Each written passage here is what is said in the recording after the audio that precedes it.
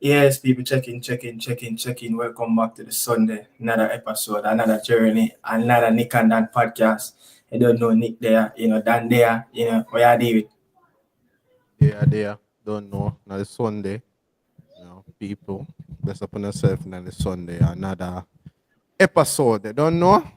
Let's kick it. Yeah, yeah, check in. As I don't know, start as Reggae Boys and wrapped up the EPL. You don't know, we are here to talk about, something special around the local camp. We're going to have a nice good discussion for you guys in around the local camp. And also, we're going to discuss what's happening over there in European football as well. I don't know. This is a wide variety of sports, not variety of sports, but a wide variety of leagues. And this podcast, I don't know, but people, just upon yourself again, respect for tuning in, respect, for stop what you're doing or whatever you're doing, you ride and whistle, and I watch a podcast. I understand, bless upon yourself, but remember, we're streaming on both platforms, on Economy Media House and Daniel Football Show. You understand? Remember, don't forget to like, share, comment, and subscribe. Really appreciate it as well. But I mean, Daniel, some bright things in football, some bright things locally to talk about. But I have one. I have one for you. By any chance, did you get to see or see anything around social media around that Pep Guardiola statement, that came out with after the court? And did you see that Victor Rucco issue that why his wife is divorcing him and having a breakup at age of 19? Did you see any statement? No, I have not seen anything. So Victor Rucco, the Brazilian who is on loan at Real Betis, he married at what 18? He's what 19, 20 now.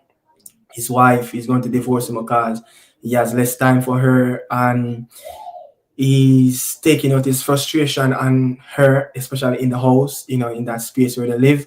She has to get permission to go inside the fridge because when Victor Rucco is not playing well, if he missed an opportunity, he's not getting enough minutes, especially the frustrated season that he have, at the camp doing his first season in Spain.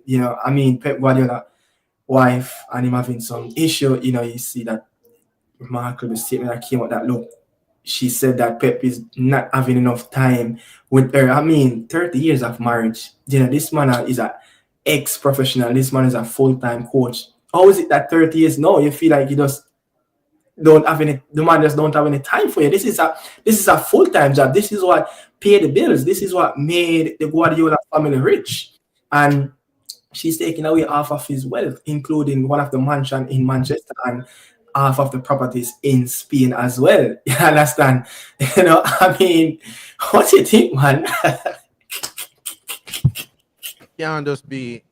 It can't just be only because him not spend time with her and you Can't get just, me. can't. It's just there's more than that to it. Yeah, it's more than that, We're not man. gonna know the full details and the full story, but it's more than that. You get me? It can't just be that. You get what I'm I, saying? But I don't know, man. But I mean, but let's get into it, Daniel.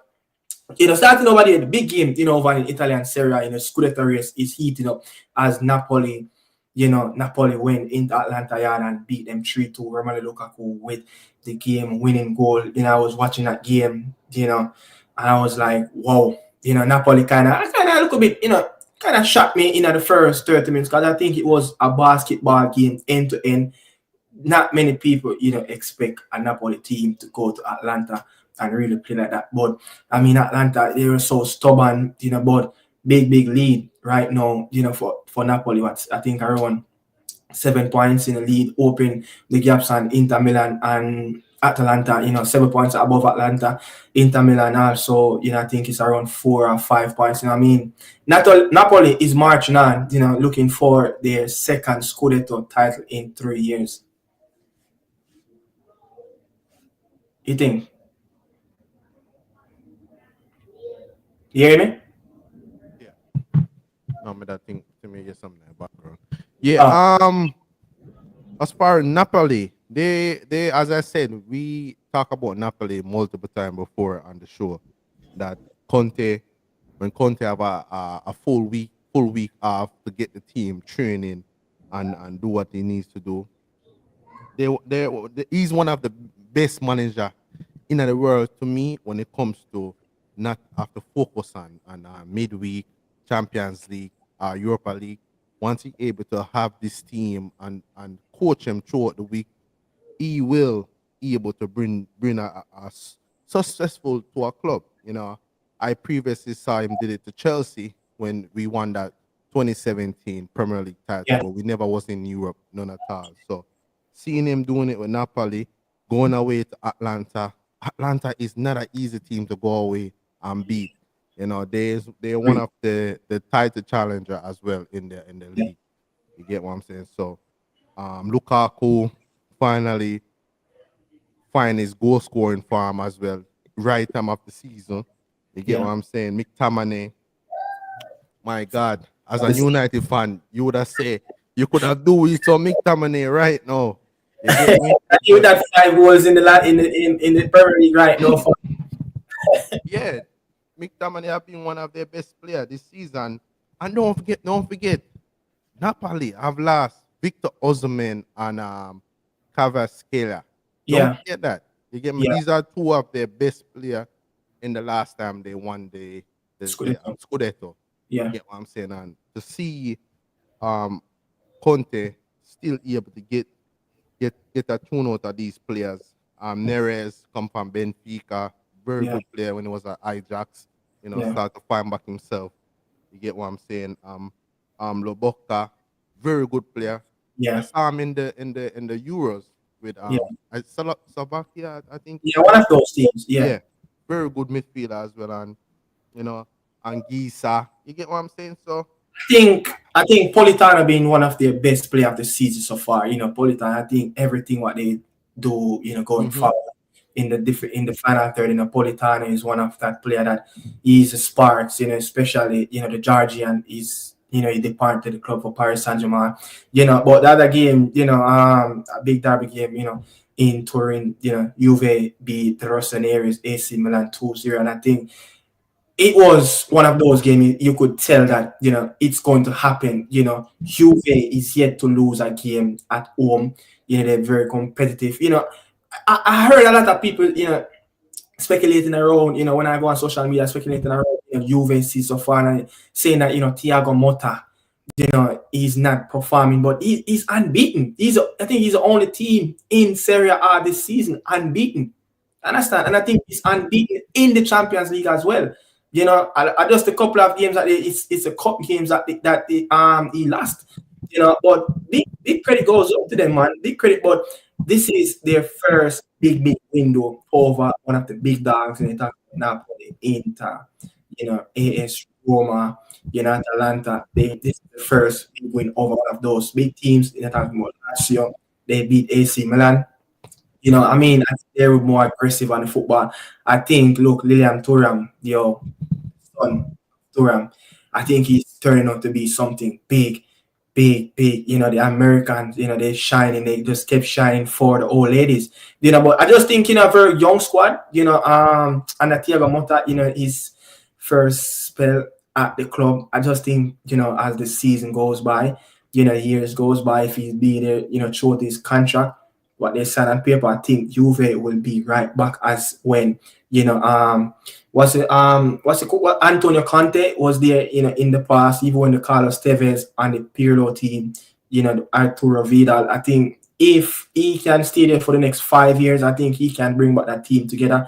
But I have one for you, AS Roma, Claudio Ranieri is turning around things for Roma, and they're 4 points behind AC Milan.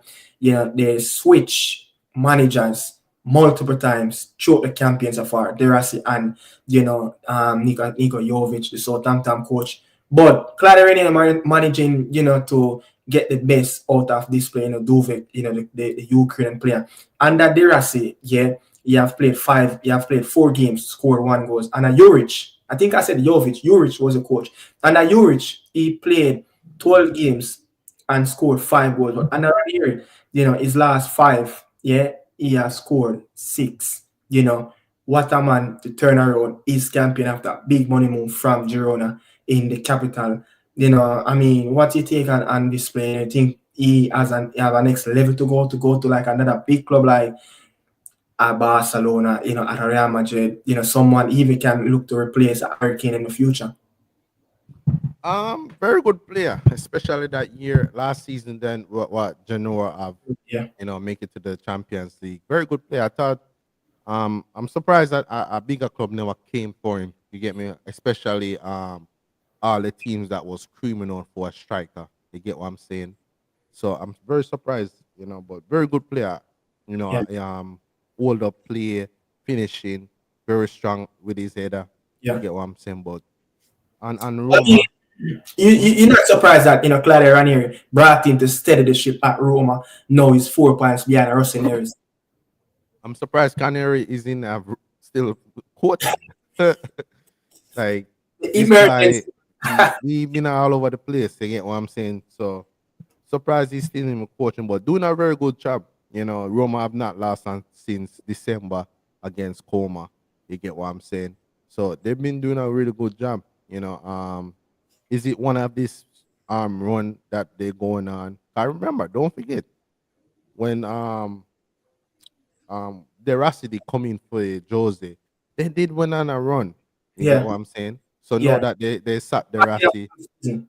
Yeah, so I'm wondering if this is another run or this is a thing where they're gonna be consistent because um we don't want to see where they're going into the next season and then boom they sack Ranieri. You get what I'm saying? So they need to keep it up. They need to give him time and see what he can build.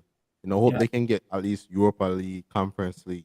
I think Champions League gonna be too far, too yeah. So far a stretch. yeah, yeah, Yeah. yeah. So The Bundesliga, the race is eating up. 4 points separated Leverkusen and Bayern Munchen. But before we go to the Bundesliga title race, Nuri Sahin, a former player of Borussia Dortmund, since 2025, they yet to win a game. 3 games, they lost all 3 games. On the travels this season in the Bundesliga, played 9, win 1, drew 2, and lost 6. What is it that this team? Is it that Terzic? I know Terzic left the club because of the meeting that he had right after the Champions League that he's not going to get the backing that he want from Borussia Dortmund and the bigger heads to go into the market because this club, you could say he'll get into the Champions League final to play with the Los Blancos, but he saw the lights at the end of the tunnel and he managed to walk away from it. And they managed and they appointed Nuri Sahin, the assistant, and Savian Bender is the assistant as well. But what do you think is a bad appointment, for Dortmund? We know German, the philosophy over there is to build their young coaching mind, bring these young coach through, and then send them off to the bigger giants of what they did in the past. But is it a bad appointment in the first place of bringing Nuri Sahin? Only had 2 years of coaching, experience in Turkey, in the first division. yeah, I think it's a bad appointment. I think Dortmund,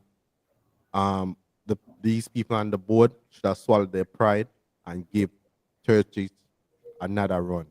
You get what I'm saying? He's have been doing a really good job. Don't forget, they almost won the Bundesliga. They dropped the ball at the Yeah, last minute yeah. in that Before game. Lazio came in, right? Yes. Yeah, yeah. So he has And then been doing that a year, up with the Champions League and then final. bring them to the champions. And then you sack him. I know Dortmund's a selling club, but they are a traditional big club. You get Yeah, what I'm saying? It's just ludicrous. I know they're gonna have to sack Sahi because he's just not experienced enough to do the yeah. job. He You just get what looked I'm lost. saying? He looked lost. That game that I watched against, over the weekend, with Frankfurt, man, they just look They're lost. tenth Yeah, in the league. they're all the way down in 10th. Remember before they did the Classica, they were unbeaten at home. They were unbeaten at home. I think Barcelona was the first team to go there and beat them in a competition at home. So the title race, which team look the more to go on and a stronger backing of the season and go, more to win the Bundesliga title race? At this moment, I would say it would be Bayern. I think I was watching that game against I was watching that game that they play, and Offenheim. they look really no, not Offenheim, Bayern Munich. They play Oh, Offenheim player. I still kill. yeah, yeah. They look really good. Especially attacking wise. Gareska look like a newborn player. You get what Yeah. I'm saying? Like defensively they look solid too. Kimmich, Kim and what's his name? That play for France. What that boy, black boy name again? Upamecano. Yeah, Upper Makana. Yeah, I think even though Upper Makana, well, I missed it, but I think at this moment, I think Bayern, I think they wants to get back that Bundesliga, and it's wonderful because at least we see a challenge, a title challenge this season. Because remember last season, Leverkusen run away with it. They get my and Yeah. over the past couple years ago, Bayern was dominated. They was to run away with it. They get what I'm saying. So it's wonderful to see that there's a title challenge in the Bundesliga. You get what I'm saying? Yeah, I think it's going down, right down. I think they are at 16 games left back over there in the Bundesliga as well. Um, what you said, the Uber Eats or the Farmers League? What you call it? The McDonald League? The game that just played a few hours ago. Strasbourg, playing Marseille at home, away, in Marseille. Um, big, 2 points drop for Alberto De Zerbi, Mason Greenwood, and score sheet again, back-to-back games scored in the French league. What do you think, man? And the Strasbourg team that is very close to you. They ties with Chelsea. Liam Rossinier, the Englishman, is the coach right there. Andre Santos is doing big things over there. What do you think about that game, the Strasbourg game? They should have won that game. That chance after post. You Yeah, get me? Andre Santos have been one of the most influenced player in our Liga this season. The Uber Eats, McDonald's. I They're know not them. playing. It seems like them low food over there. So there was Uber, no, it's I think McDonald's. But fresh yeah, goods. right. So they're doing wonderful. I know Chelsea been sending players over there, and Yeah. they start off this season really good, but they kind of fall off a little bit. But they're doing good. I don't think anybody expect them to make it to top four challenge for the Liga. I think Yeah. I think being around that mid table is where their level is. But going away to Olympic Marseille, one of the top dogs in the league, and get a jaw, even you could have said they deserve more than just a jaw. It's good. You get what I'm saying? Because that game was both team was going for it. You get what I'm saying? So they stand their ground and they're doing their thing. But good.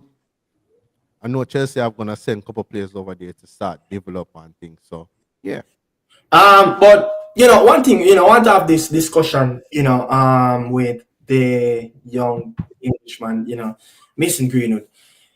I think it was the game before they played the Lille in the Coupe de France. I don't remember who they played, but he scored in that game. And Roberto De Zerbi came out in the press and also said, something about Mason Greenwood. I was trying to get that chance to have the video, but because CapCut is down, I couldn't manage to get to translate that video. He was saying that he is more of an all-rounded player. He's more complete.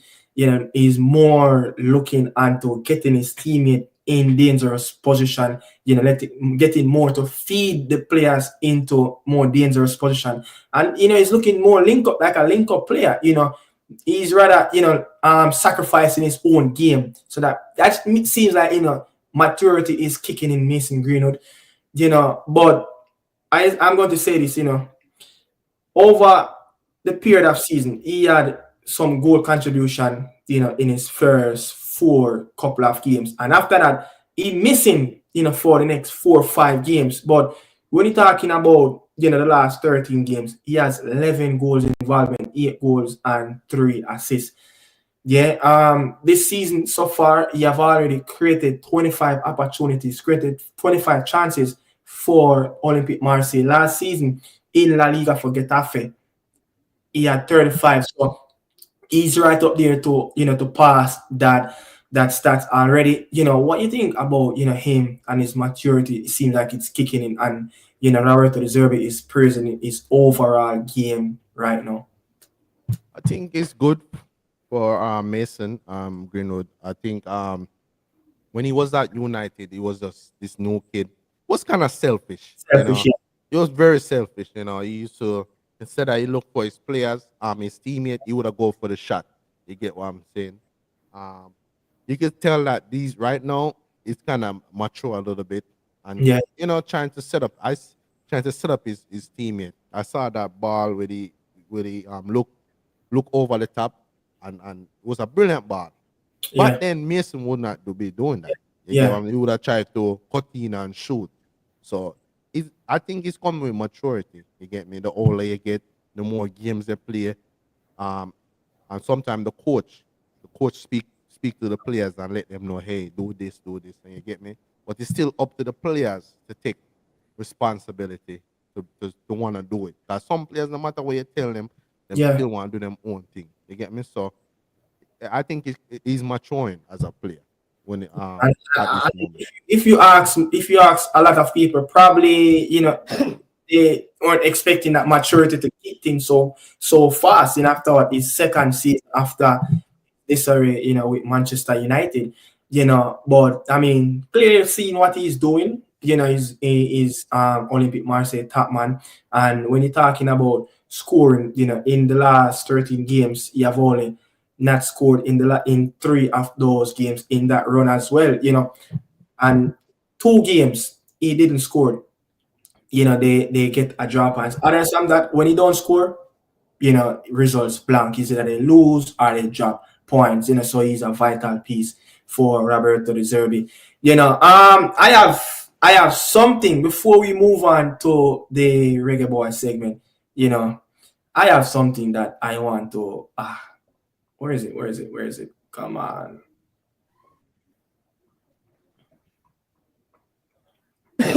No. Get Man, the flow. eh? Have the I get your flow. flu. Already have the flow. But yeah, you know, since we're talking about in the European football, I want to pull this up, and I want to hear your thoughts on this. So this was the first incident had happened. What you think? Vinicius versus the Valencia goalkeeper. He got a red card. I know the Valencia goalkeeper have said you have said a lot of stuff. You provoke Vinicius. It's something that continue happening throughout that game. At Valencia home ground, and Vinicius got a red card. They told the referee to go to VAR, and he looked over it and he gave Vinicius a red card. And this one did not got any red card, nothing, only a yellow card. Is it that because Alejandro Balde is Balde and Vinicius is Junior? What is it? What is it? Daniel. What's your opinion around both incident? Because this was a little bit more aggressive, that more like a two-handed push, but the Balde one is like a tap across the player, jaw. But the rule is once you do a volley conduct, put your hand in a player face, that's a volley conduct. And the referee, what you think, man? You think Balde got off the hook with that one? To be honest, the Balde one was a little bit more softer. You get what I'm saying? It was a little bit more softer. But the Venus one, it was a little bit more, as I said, aggressive. You Yeah. get me? And then it's Vinny. You know, them look at Vinny. They look at Vinny as like as a troublemaker. You get what I'm saying? They look at Vinny as a troublemaker. Vinny's he set this reputation where Yeah. every game him cry like a baby. You get what Yeah. I'm saying? So I think he's so targeted by the referee now. It make it so hard for him. You get me? Well, Balde never really done anything aggressively, never really complained to the referee. You get me? Like, so I think it's all about your reputation, who you are. Let's be honest. If Diego Costa do that, if Pepe do that, if Joey Barton do them something there, they gonna send off. Yeah. But hear this. If a man like a Harry Kane, a man like who is Kevin De Bruyne, this soft Young Min spoken Son. young Ming's son, they're probably not gonna send them off.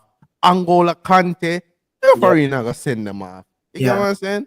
Yeah. So Yeah. it all depends on the player reputation. I Yeah. think Phineas built this reputation where the referee they are so quick to get rid of him. Yeah. So people, that's it right there, around the Bundesliga, French Liga, the Serie A, and the Scudetto race. Also, we're going to move into the middle of the show. You talk about the Reggae Boys. Talk about a little thing that, is developing around the local. That's that we're going to play an audio and, we're going to analyze now. We're going to discuss it. I would love to hear you guys' feedback as well and what you think about the audio that we want to play. But Jovan, you heard the coach was in Italy, must be keen and wow, that's some news, because Keenan Davis, is on the verge of back on the pitch. I don't know. I didn't see any Udinese game. I didn't manage to get to see or look on that game if he's back, but I know the game that they played, the last game before this week, he didn't really fully match fit, so they decided that let him out and let him try to come back in a few matches from here. But I think I should look if he got on the pitch speaking like for Udinese. But people, remember, all of you, tomorrow they will play Cesc Fabregas team. Cool. That's a big game. Dele Alli signed for Como coming out after mental health issue. Let's see if he can, Como signing everybody. as a Cesc yes. But people, I would love to, get you guys' reaction, as well in the comment section. But Daniel, we're going to get into the Reggae Boy segment and talk about the issue, surrounding about this fella talking about the camp and how he's dismissed Dennis Strong. Some I hear them. I see Dennis Strong in one of the newspaper do an interview talking about this being a big opportunity for local players and everybody, applauding this move for player all local teams. But some have a problem with it though. Yeah, man, they have a problem with it. You're not gonna believe it. I have a problem with the timing of it, my boss. Right. This should have happened earlier in the tenure of Coach McLaren. Because I find it absolute. I find it at this point, I think is an exercise in futility and something that they are going to be deceiving the local players with. Because none of them going to get selected at this stage for going on the World Cup team. So if they been doing it earlier, identify a few where them figures say, yeah, these 2 or 3, then you get them into the team. Get them working on the team now and play a couple of warm-up games now before the World Cup. But me not think them going to pick the ball right now, my boss, and put on the team. So that's something, the timing of this wrong, my boss. Daniel, never a dull moment whenever a Reggae Boy squad to be named to play any type of game. It doesn't matter if it's an official game. It doesn't matter if it's an official game. It's just never a dull moment around whenever a squad supposed to drop in weeks to come or days to come or close to a month. But I mean, I can understand, where Maverick, where Tracy is coming from, I mean, these camps. It's not just the Reggae Boys. How much players of the US men's national team will get into Pochettino team coming up in, the competitive game that is coming up in March. But let's stay, to the Reggae Boys. I mean, what do you think though? Is he like some part of it? Yeah, and he could a little bit more lean and Dennis Strong, the general secretary. I can't hear, not hearing anything. My bad. Low. You hear me? Yeah. Oh yeah, Mike did on Mike did on I disagree with the Maverick oral Tracy. So you tell me say and this is why we as a Jamaica will always bashing the local players. Why? Why? What is here with the local players? If the player is good enough to play for the national team, pick him. It doesn't matter if we never do it 10 years ago, we never do it this time ago. If the player, if the coach see a player that can able to fill in a spot in a team and him think he's good enough, bring pick the player. What is that? Just because at Jamaica level and we not really rate Jamaica level of playing football, that means no player not supposed to get the opportunity and the coach not supposed to go out there and scout these players in the league. How are we gonna know if these players good enough if we don't give them the opportunity? Like we give all these foreign players, which I don't have no problem with. We quickly give all these foreign players the spot, and them still not perform. Them still not bring we going away. We still not win nothing. So I think I disagree big time. I disagree big time. Yeah. What I would say is that it's good to it's as a new coach coming in. This is one of the most time you're going to get as an international coach whenever the November window is finished. This is the time you're going to make a lot of assessment. Assess your team, show the calendar year.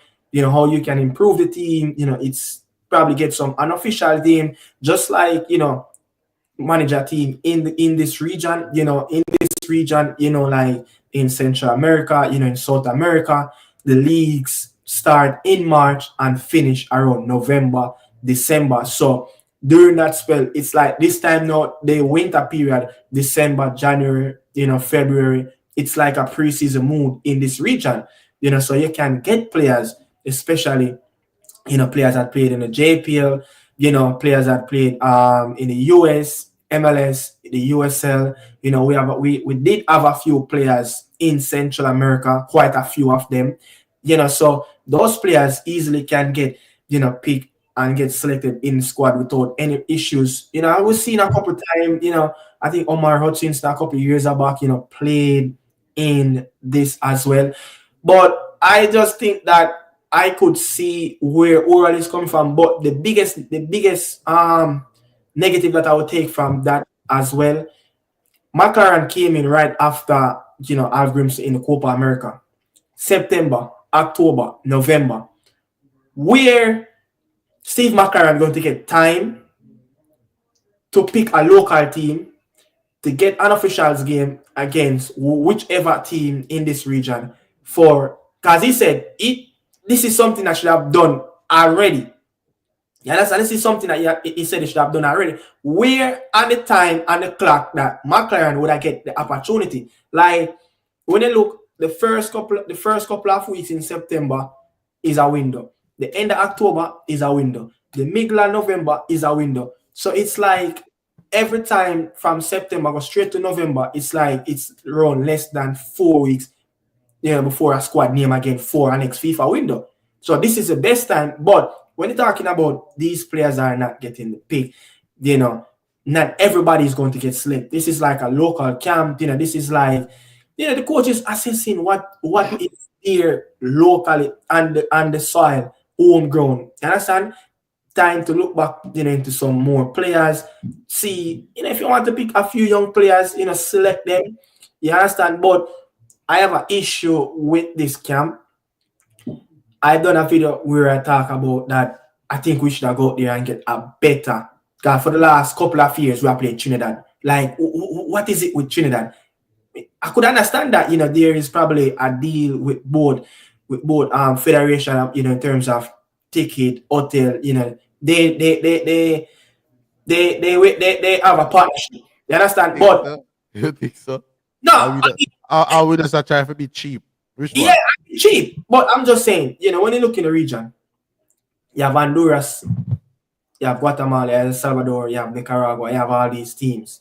You have a lot of teams in South America that you can choose. The same way, maybe all you that choose to help pay or help fund. I don't know if they do it, but if they help fund the Trinidad team to come locally here, it's the same way you could have helped a team in South America, yeah, because those leagues ended in November and December.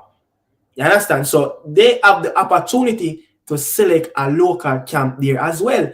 The players them that played for Venezuela the other day against the US, it's not Venezuela A team, that's Venezuela B and C team. Mexico, I don't know if it's tonight, but I know Mexico is playing International and River Plate. That's a club team. That's all, Javier Gary and Rafa Marquez looking at and assessing what they have more locally in Mexico. Go in South America to play club teams. So I'm just saying, is it that we couldn't be a little bit more proactive or probably pay a little bit more money or try to find a sponsor to sponsor the trip or to help fund it as well, where we could actually invite a Central American team. Well, we couldn't invite a Panama B team or A team, or a Belize, not Belize, but Bolivia, or Paraguay, something, man. So we can assess the local players. But Daniel, what be quiet? Can you assess these local players with Trinidad local players? I don't know why you're surprised with this Jamaican federation. I don't know why you don't know. So everybody have vice grip. Is they money don't want to spend no money. You get what I'm saying? Like they try to get the best deal that suit them. That not gonna make them spend too much money. You get what I'm saying? I think what you're saying is correct. I think we need to go out there and get play quality games. Yeah. You get what I'm saying? Find quality teams and play them. But quality will cost. You get what I'm saying? Quality will cost. Yo, come on. We don't want to play Trinidad again. For the last couple of years, we have played Trinidad now, brother. We have played Trinidad now for the last couple of years now. I wish sometime we even try to play some European teams too. You get what I'm saying? But I mean, pause. Stop. A lot of the teams. Take that boy. Yeah, I mean, people, a lot of the teams in Scandinavia, yeah, and you talk about the eastern side of Europe, a lot of those teams, and you call it preseason mood again. You're talking about the teams that based around the countries where Yugoslavia used to base, and something could have been done. You understand? Something could have done. The Romanian, the Bulgarian league, some of those leagues, break over the Christmas period as well. I'm not saying, we should play club teams, but, probably look more deeply to play a lot more competitive players that play at high school, because every time when there's local players get selected in the national team for officials game, we always hear about they are not good enough. We don't know the level. They are not the level of where we want, the players to be playing. But my God, if you don't get the level of international games for these local players, I'm saying there's so many countries in South America right now not playing any game. There's so many countries in Central America not playing any games. See Mexico there. Mexico not even playing a national team. Mexico play club teams, bro. River Plate and International. US are playing Venezuela and Costa Rica. You understand, brother? So I'm just saying, like, we're tired to see Trinidad now, brother. We're tired to see them now, brother. We don't want to see them again, brother. The last time we go over there, before that, them come out stadium. We're tired to see them now, brother. We don't want to see them again, brother. As me say, it all comes back down to the federation, and just basically don't want to spend enough money. The players are already complaining about traveling, and imagine if we travel to Europe, go play a team for in Europe. Then I'm gonna try to get the most cheapest deals. You get what I'm saying? And that's one of the reasons why we're not really getting any better quality. Like the quality of the players is not going up. How we're playing, we beat up Trinidad. What we gonna get out of that? Yeah. I get out of that. Look at the game that Venezuela and the US played. It was a very competitive game. It was why you think US not come play Jamaica? Man, no, there is nothing that will come for that. Playing Jamaica, they're not gonna learn nothing. I mean, Learn about us themselves. would have been really grateful for our local. If we play them, it benefit we. Because we can see where the level we are. You get what I'm saying? But them coming to play we, if it's not a competitive match as like a World Cup qualifier or a Gold Cup, it doesn't, or a Nations League, it doesn't really benefit them. Because them a look on me like, we don't need to, you know, them are gonna look to go play team like Argentina, England, Brazil, you know? Because that's the level they want to be. Yeah. You know, we need to start playing teams that we want to be their level. You get me? We can have an understanding of how to play top level, elite, international team. You get what I'm saying? Yeah. But third time now we are playing Chile. Aaron, I say, yo, you know, it's the third time now we are playing. And the third time in our row, brother. We're tired to see that, brother. We don't need to see that, brother. Like back in the day, Rennie Simons took up the team and bring Brazil, go and play 10, 15 games in a spell in a couple months. You understand? The league them around the Americas region break. Bring the local players and let the coach have a fair assessment of them and see where the level, because the level in South America is very high with the local players. Look on this. We're gonna beat Trinidad. So we'll beat Trinidad 6-0. You know, we're gonna take the biggest thing. We're gonna play a better team. Reality check. Yeah. We're not ready. You get what I'm saying?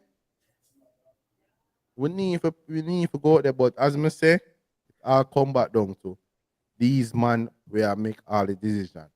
They don't want to spend no money. You get what I'm saying? Like whatever. If you know how we Jamaicans stay, put it that way there. You get me? You know how we Jamaicans stay. Yeah, but we don't like to spend the money if it like cost us too much. We're gonna not sure about that. You know? To be sure, how much? Look. To be honest, a lot of countries in South America, it's very cheap to go there. Somebody said in the comment section, if it was our main squad, they would choose a bigger team. I disagree. I still think they will pick Trinidad. Yeah. I mean, back in the days, you know, what's his name? The late Horace Burns would play Bahamas and some of them teams in the friendlies, Guyana. I remember those days. And days when we don't have 2 games, we have 1 game, something we might not have none. You understand? But I just be able to think if it was March and the team that have a competitive game, let's say we're probably the qualifier, we would like the US, have a host the World Cup, or don't have a competitive game for March window. Then we have forgot they'll probably get a bigger game as well. But this thing though, I'm not saying, you know, we can't just play Trinidad, but bro, this is 3 times in a row. We don't need that anymore. We're in a business for Dwight York or Shaka Islop. We're in a business of who a coach over there. You understand, brother? It not gonna make a difference. Test the youth them out in a deep water. Let us see, say, all right, now we can make a very good fair assessment on the local talents against some local talents. I would love to see the Reggae Boys play, you know, the Chile local team, the Paraguay local team, the BRC team. I know they're way ahead, but want to just see how good these players can match up to them at that level in a 2-game series. You understand? That would be a fair assessment. People are talking about, look, the team is not good enough. These players are not good enough. But I have something, you know. I have something that I want to put out and tell you guys something. Hold on, let me get this. So, you know, the thing about what Oral Tracy, you know, is saying, I think I should play about the audio for who just joining in, didn't hear the audio of what Oral Tracy said about local camps. This is what he have to say again, people, for the ones that just joining the program. You know, I hear them. I see Dennis Strong in one of the newspaper do an interview talking about this being a big opportunity for local players, and everybody applauding this move for player all local teams. But you know, me have a problem with it though. Yeah, man, I have a problem with it. You're not gonna believe it. I have a problem with the timing of it, my boss. Right. This should have happened earlier in the tenure of Coach McLaren. Because I find it absolute. I find it at this point, I think is an exercise in futility and something that they are going to be deceiving the local players with. Because none of them going to get selected at this stage for going on the World Cup team. So if they do it earlier, identify a few where them figures say, yeah, these 2 or 3, then you get them into the team, get them working on the team, you want play a couple of warm-up games now before the World Cup. But me don't think they want to pick no ball right now, my boss, and put on the team. So that's something, the timing of this wrong, my boss. Yo, the man sound distressful about this. Yo, the man sound miserable about it, brother. But I saw a few comments. I'm going to get into it after I read out these stats. Made up these people are making some very, very good point in the comment. But when you're talking about the players that they are not going to get picked, you understand? When you look at pick it back to last year around this time when we played Trinidad in Trinidad. We played the US and Panama in those games. I think King was a part of it, Shaquan Davis was a part of it. But the players them that goes on from that squad, the last squad that played Trinidad in Trinidad, Alex Marshall, Joshua Anglin, Shaquan Davis, and Richard King. Those players get into the senior team in some of the squads further down in the year. Just like Alex Marshall, he was in, let's start from Alex Marshall. So Alex Marshall played, I think, 19 of those games in Trinidad. He went on to play, 27 minutes in the World Cup qualifier against Dominican Republic. He only played 3 minutes in the Copa America versus Venezuela, and the man played 3 minutes, and the man get, is they ready? The man they beat Alex Marshall. In just 3 minutes in playing a Copa America against Venezuela. 3 minutes, and you beat him. Joshua Anglin played 8 minutes against Honduras in the CONCACAF Nations League, and he benched the first leg against the US in the quarterfinals at home. Shaquan Davis is a regular third choice goalkeeper in the squad. Always get picked in recent times. You understand? Richard King is the more favorite one that get more minutes. He got 46 minutes against the US the other day. In the Copa America, he got 4 minutes against Venezuela. In the World Cup qualifier games against Dominican teams, he played 90 minutes and 20 minutes in those games. You understand? And the Panama game, he was in the Panama and the US game earlier in the year in Arlington, Texas. He was in the squad as well. So those 4 players from the previous squad. So I guess maybe that is what the Maverick is arguing about, that look, but a lot of these players, they are not going to get into this. But if the game not playing now, Daniel, when it's going to play, as I say, September, early first week, a FIFA window, October, the end of October, a FIFA window, and also midway and November, a FIFA window. Which part of Steve McCurran going to play an officials game to assess a local team? You understand? But I'm going to take a few comments because I saw some comment that I really want to get into as well. Let's look at from both sides. Can the JFF afford to play friendlies with those faraway teams, or should we have those money to help accommodate and travel for the senior team? I think the senior team money can done, but it's not that it can't be that expensive to take up a flight and fly the boys go to Mexico and go play some Liga MX team play some preseason game with them. Mexico, I do it. It can't be that expensive. It's not that expensive to go to South America. It's not. It's not like you're going to far Europe. It's maybe the only thing you might have a challenge with is with the flight. But accommodation, it can't be that expensive. You understand it? I would love to know if the JFF are play Trinidad expense when they come here, or Trinidad are pay them 100% expense to play this game. I would love to know the ties between these two federations. I think it was our main team. I think we read that already. You know, we can't do what did the 87 night. What? 87 because we have more games during. No, I'm just saying, man.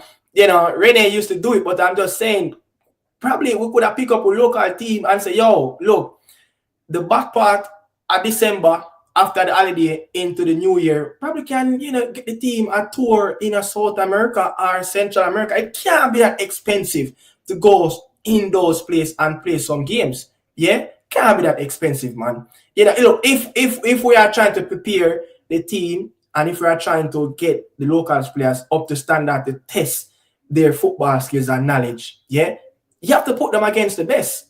You understand? I think we kind of, I don't know if I'm kind of overhyping, you know, the local league or the local players, but I think we kind of outgrow the Caribbean a long time ago. I think we kind of outgrow that a long time ago. What do you think? We outgrow? Yeah, I don't think it's more like an old growth. I think like over the years we're just producing more and more quality. You get what I'm saying? Look at us. We have so many players that playing over in the most competitive league. Yeah. In England. You get Yeah. what I'm saying?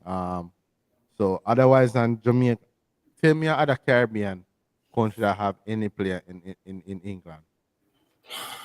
I can't think of any Caribbean country. I mean, you know, the rest of look at islands them have some local players, you know, like the National League, League Two, you know, like Grenada, you know, Trinidad, you know. We have like at least what including Antonio. The players in the Premier League. 5 players. You know, last season was a lot. You get what I'm saying? Last season was a lot. So, you know, some might say, yo, some of those are overseas players, but they are representing Jamaica. You get what I'm saying? So, we as we said, we outgrown them. You get me? So. We shouldn't look if we play them every minute.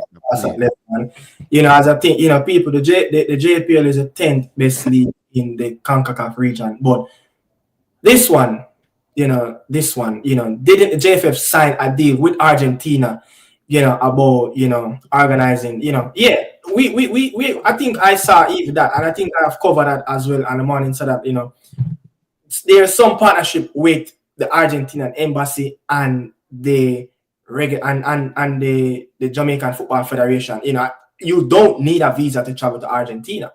Yeah, yeah. No, you don't. No, you don't. You probably as a Jamaican, you can see the flag 3 to 6 months, I think. I don't think you need for majority of American countries. You don't need a visa. Let's be real. As a black man, would you want to go Argentina? No, it's tough, man. It's tough. It's tough living. Stay away from Argentina. They have a partnership with the Argentinian embassy in Jamaica. Something could have, you know, more organized, more structure, but this is a problem we have. I wouldn't want, to be honest, I wouldn't want us to play a team like Argentina. You know why? How about that ERC team or the under 23 team? Maybe under 23, because we playing Messi and they. No, not going to play. We're not going to learn nothing. You get me? We're going to get our ass spunk. You get me? So we're not going to really learn anything. B team and the C team, the local team. What about even go in Argentina and play teams like what Mexico do? Play in River Plate. What about we go there and play San Lorenzo, you know, Racing, you know, teams like that. Teams in Argentina Junior, you know, Newell Old Boys, those teams. What about playing some of those teams, our local? That would be a good test for the level. I underestimate the Caribbean team, but otherwise on Jamaica, what have any Caribbean team have done? You know, we are the only one. We really the one that bringing the Caribbean on the spot. Not to have a lot of ego or pride or Yeah. being cocky about it. We have been bringing the Caribbean on our back. You get Yeah. me? The last Caribbean country used to do that was Trinidad when they Yeah. went to the 2006 World Cup. Yeah. Yeah, and they just as us as far as they have fallen. Age. Hmm? That was their golden age team. Yeah, that was their golden years with Duak Yak and Shaka East up. So at this moment, Jamaica is really the team that's. The pioneer for the Caribbean. Yeah. Before Qatar 2002, in the stated that Jamaica played Cameroon with local players. I think we went. If it was, I know we played. I know Cameroon in our game. I think it was. I don't remember if it was the game. I don't remember if it was the game. That we played Cameroon to send them off to the World Cup. I don't remember if it was that game.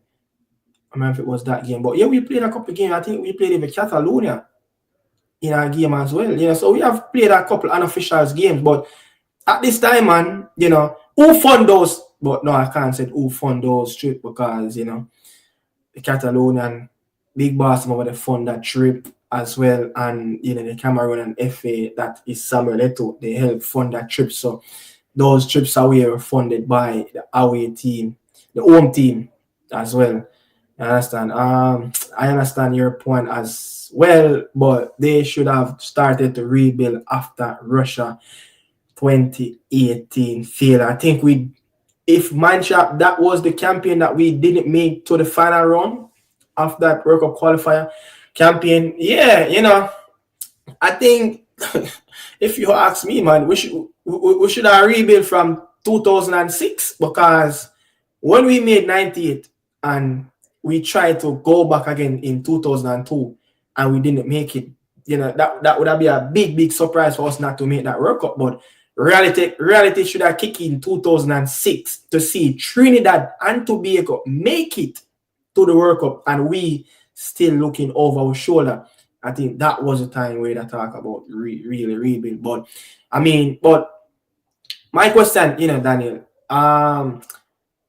is that we should come to, is that we have the luxury or deep of talent of players that play locally in the Americas region and players that played overseas? Is that we have a deep squad of players that can, or a deep pool can select from other B team and an A team, like what the US men's national team do?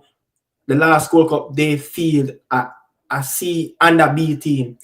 I think Turner was the only player, playing in the regular team, played in the last World Cup. You think we should be looking to always have a steady core of players locally in this region, not just locally in Jamaica, but locally in this region? Because as I said before, we have players in Central America playing, yeah?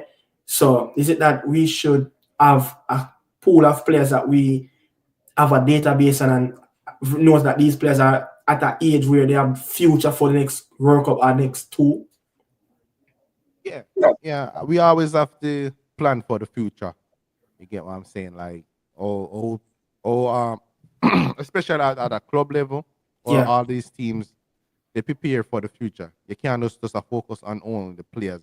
Like, we should have at least we should have at least a keeper that's already gonna come and take over Andre Blake's spot. Like, Yeah. say, yo, he's gonna be the next Andre Blake. You get what I'm saying? But I don't know. I don't know if we are doing these things. I don't know if the pathway is there for the under 23 players, the Yeah. younger players, them to get into the national. Because I feel like we Jamaica do pick teams. It's all about reputation and which team you are play for. Yeah. You know what I'm saying? It's not like a structure where, all right, this player doing good at this level, let's bring him into the setup. You get what I'm saying? I think it's more as where are you at in your career? What are Yeah. you doing in your career? You get what Yeah. I'm saying? So I think we need to fix that a little bit. That's why when Orius, I say, oh, it's too late. No, it's never too late. Yeah. You get me? It's never too late. It's never too late. Like if the coach wants to do that, Yeah. let him do it.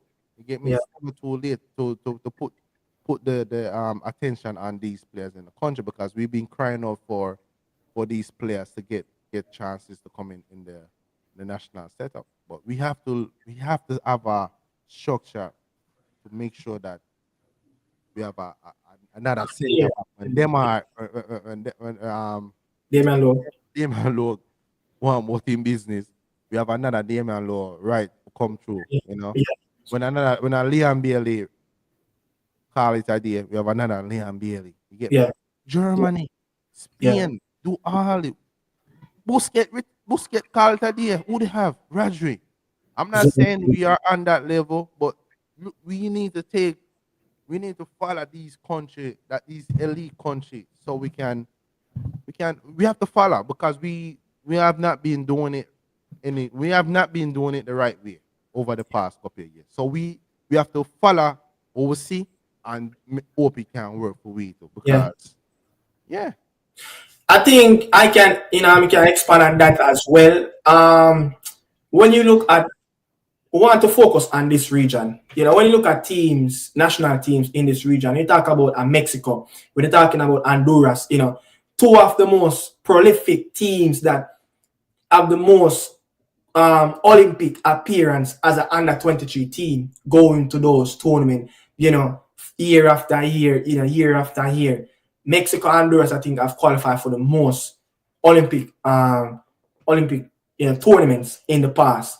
Honduras didn't make it for some reason. Things have broken down, but their national team and their selection, those two countries that I called, have players that represent in the youth program, together as a unit, understand what it is to come up through the youth system. And I think when you look at it, I think over the years to come, the pool in England is going to get smaller and smaller. So we can't just depend on those heritage players who born in England. We need to set our own plan, our own system, and how. Look at the U14 team that played the other day and won that championship. Yeah, we need to make sure that we're focusing on those youth, because at least 5 of those players can come up to everyone, and all of them are make it, but give the youth them the attention, grow the youth them the right way, develop them the right way, and as soon as they get to like between 17 and 20, I know for sure you're going to pick a few players out of that and say, hey, this player have the potential. Don't wait until, as I said, he's playing for that club or that club or that club before you give him the opportunity. If him ready, just like a Kai Dixon. We could have said, yo, the youth here deserve a little break in the senior team, because what him a do, the senior man them not do that. You understand? So we can identify talent like Whisper.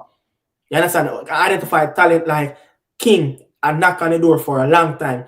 I think Shaquan Davis as a keeper, I think, he's not there as yet, but I think he can grow a lot more into his potential.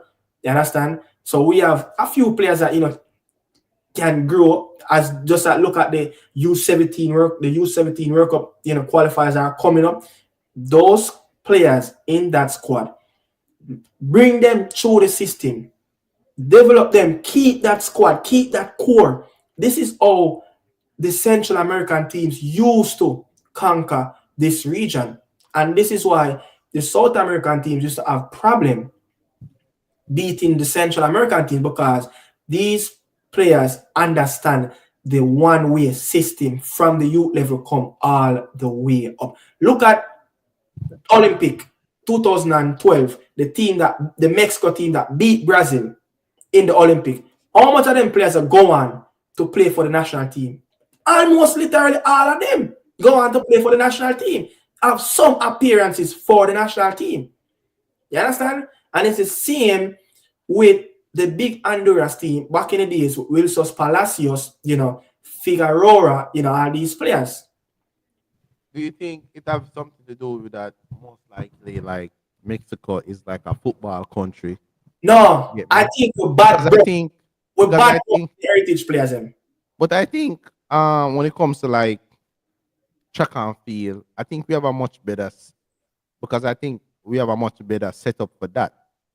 But when Yeah, it comes to like football, we don't really have a good setup. You get what I'm saying? So I'm wondering if it's more like because Mexico, they their only sport is really football. You yeah, get what I'm saying? So they put everything into that. You get yeah. me? They put their all into that. So what do you think? Me I go I understand Mexico have a football philosophy, Daniel. But if you look at Mexico national team and the people them who are from Mexico, if you're born in Mexico, which part else Mexico Federation are gonna go for pick players? Are there some players where recently now, start pop up in some academies, probably like 10, 15 years ago, that's recently. Young players start to pop up more and more. It took me a long time, but more and more young players popping up in the academy, identifying Mexican player that born, in the US. That's the only, that's the only selection of players that Mexico have can play for the Mexican national team that don't born in Mexico. You understand? So if the Reggae Boys didn't have the UK, if that Windrush ship never left the Caribbean and traveled to the UK, yeah, in the late 50s, in the early 60s, I have that breed of Caribbean and Caribbean heritage in the UK. What would I do? Would have to develop our own talent, would have to nurture the young under 14 team that win the championship that day, the prolific under 17 team that look promising, yeah, just did well in Mexico, that they kind of building for the World Cup campaign. That's what we'd have to do.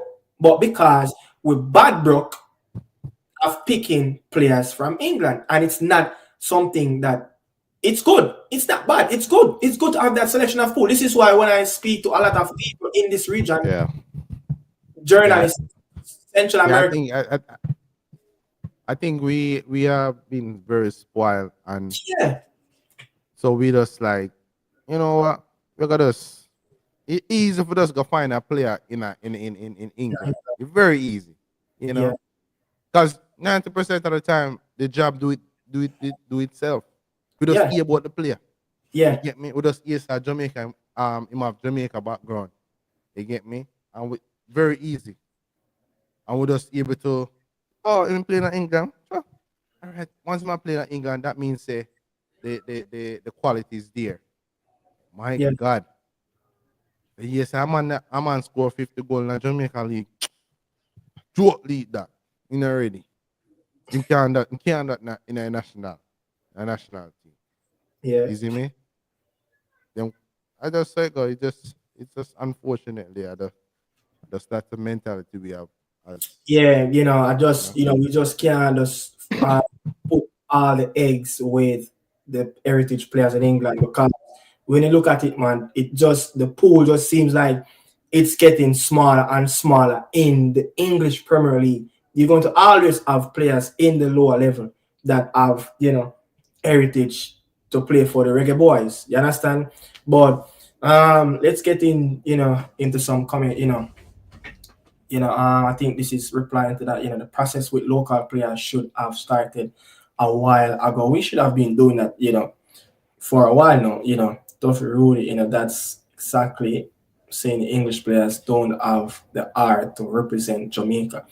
I think I wouldn't say go as deep as maybe they don't have the art. I mean, I don't know, man. This is my opinion, because I think if they don't have the charisma, the heart to come, they would not represent us. They would not travel with a Jamaican passport on international duties. You understand?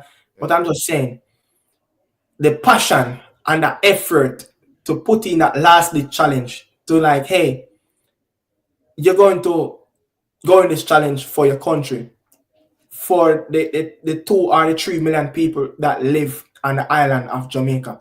You're going to go into that challenge for the people, then. You understand? For your country. and whatever happen. You understand? So I just think that when it comes down to the fight, like you know, like we got to a war for your country.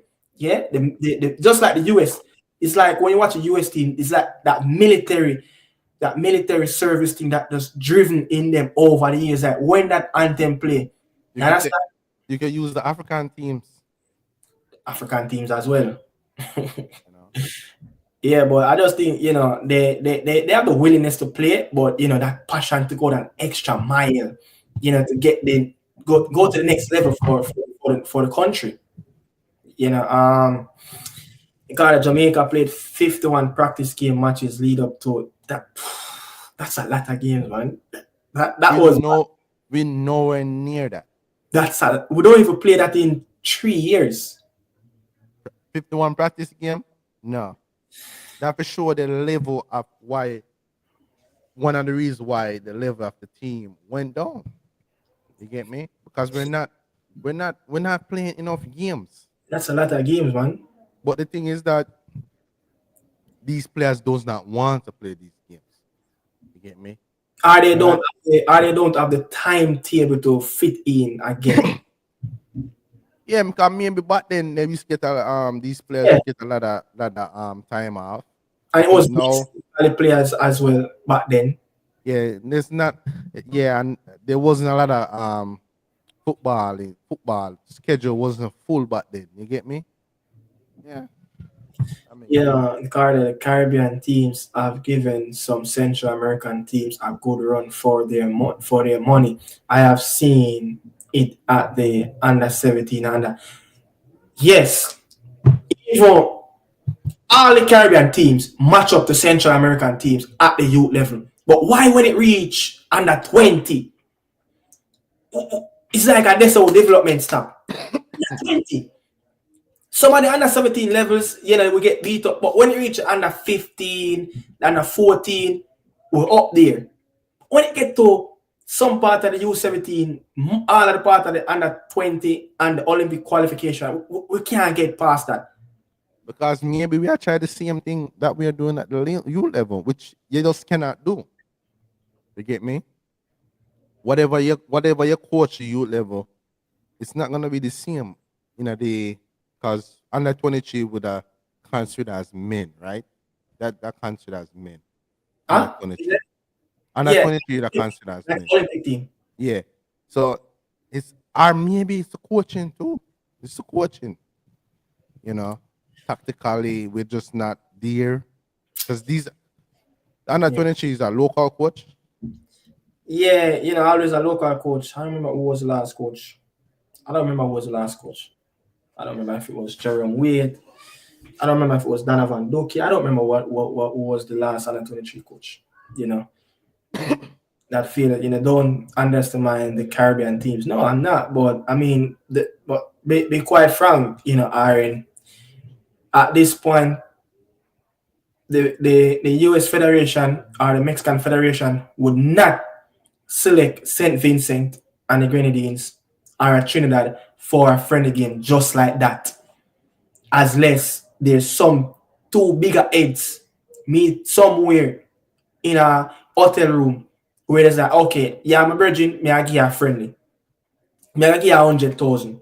Daniel, Jesse March come out in the media, in the MLS media press conference a couple of weeks, I think 2 weeks or a week ago, and said that Canada don't have any money to fund a winter camp. Really? Yeah, he said it. He said Canada don't have any money. In 2023, Canada almost go bankruptcy, the federation. What? And you never hear an issue over there with the players in my ball for salary and all that. But yeah, Jesse March, I've said that, why Canada has such a big nation? Why they ain't got no money?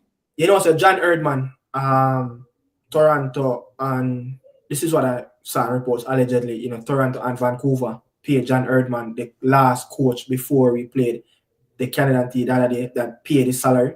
I think there was around $2 million. Club teams pay him. So I would love to know, and I know there is there's a system in place to fund Jesse March contract as well. They don't have it.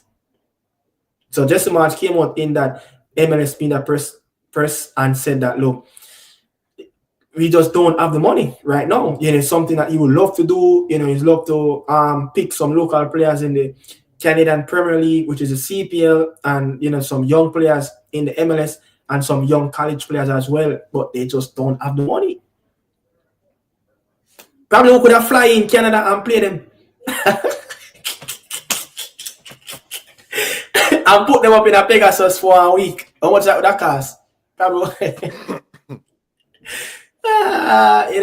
Yes, the same game in Cameroon. Oh, I guess that was the game. Gave Cameroon a send off.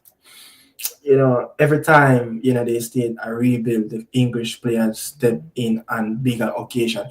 Daniel, this is something that I want to spend the last couple of minutes talk about.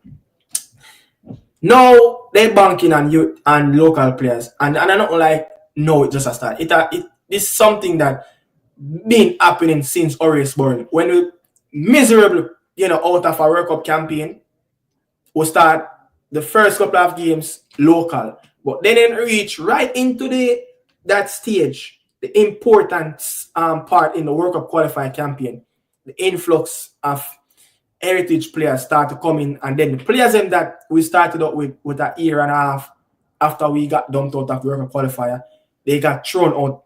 And they push in players 29, some 30. And when I look, we're going to see them back again if we don't qualify, as we never do. You understand? What do you think about moving forward? I think we kind of touched on this a little, but last podcast. But moving forward, knowing that the World Cup qualifier campaign start right after the St. Vincent, and then resume back again in September for the final round. What do you think about some players that want to come on board that we've been chasing? Yeah, but because it's so near and it is getting so of getting into a World Cup, it's like the wagon and ship start to rock again. I remember when he asked me last year, he asked me, say, yo, when would you cut it off? Yeah, maybe because I want 1 minute say, but I think I hear you saying. Yeah, it's very unfortunate. It's very it's very messed up knowing that the players that been there from the start, that's doing helping the team to qualify, and then soon as the players that we were chasing, soon as them still qualify for the World Cup, wanna come play for the team. You get what I'm saying? That's very unfair for the players that's been there. Yeah. You get what I'm saying? Imagine you been there from the start, going to play teams like St. Vincent. You know what I'm saying? Some players some feel like could get an injury. Yeah. You get me? They basically do all the dirty work. You get what I'm saying? And then the players that we've been trying to it's very the only, as me say, me always say still a Greenwood alone. Just because putting in context that his situation is kind of a little bit tricky. Different. Yeah. Different. But man like Hudson and them man never stay away him there. You get me I say? But at the end of the day still, people can look at that and say, yo, we are at quality to the team. You get what I'm saying? So people can always say, yo, yeah, pick them. But I think it's messed up. Can you imagine man like what's his name? Kadeem Dixon. Imagine Kadeem Dixon being there from the start. And then him get left out because of we pick somebody like Omar Hutchinson. That would have been messed up. That would have been big messed up.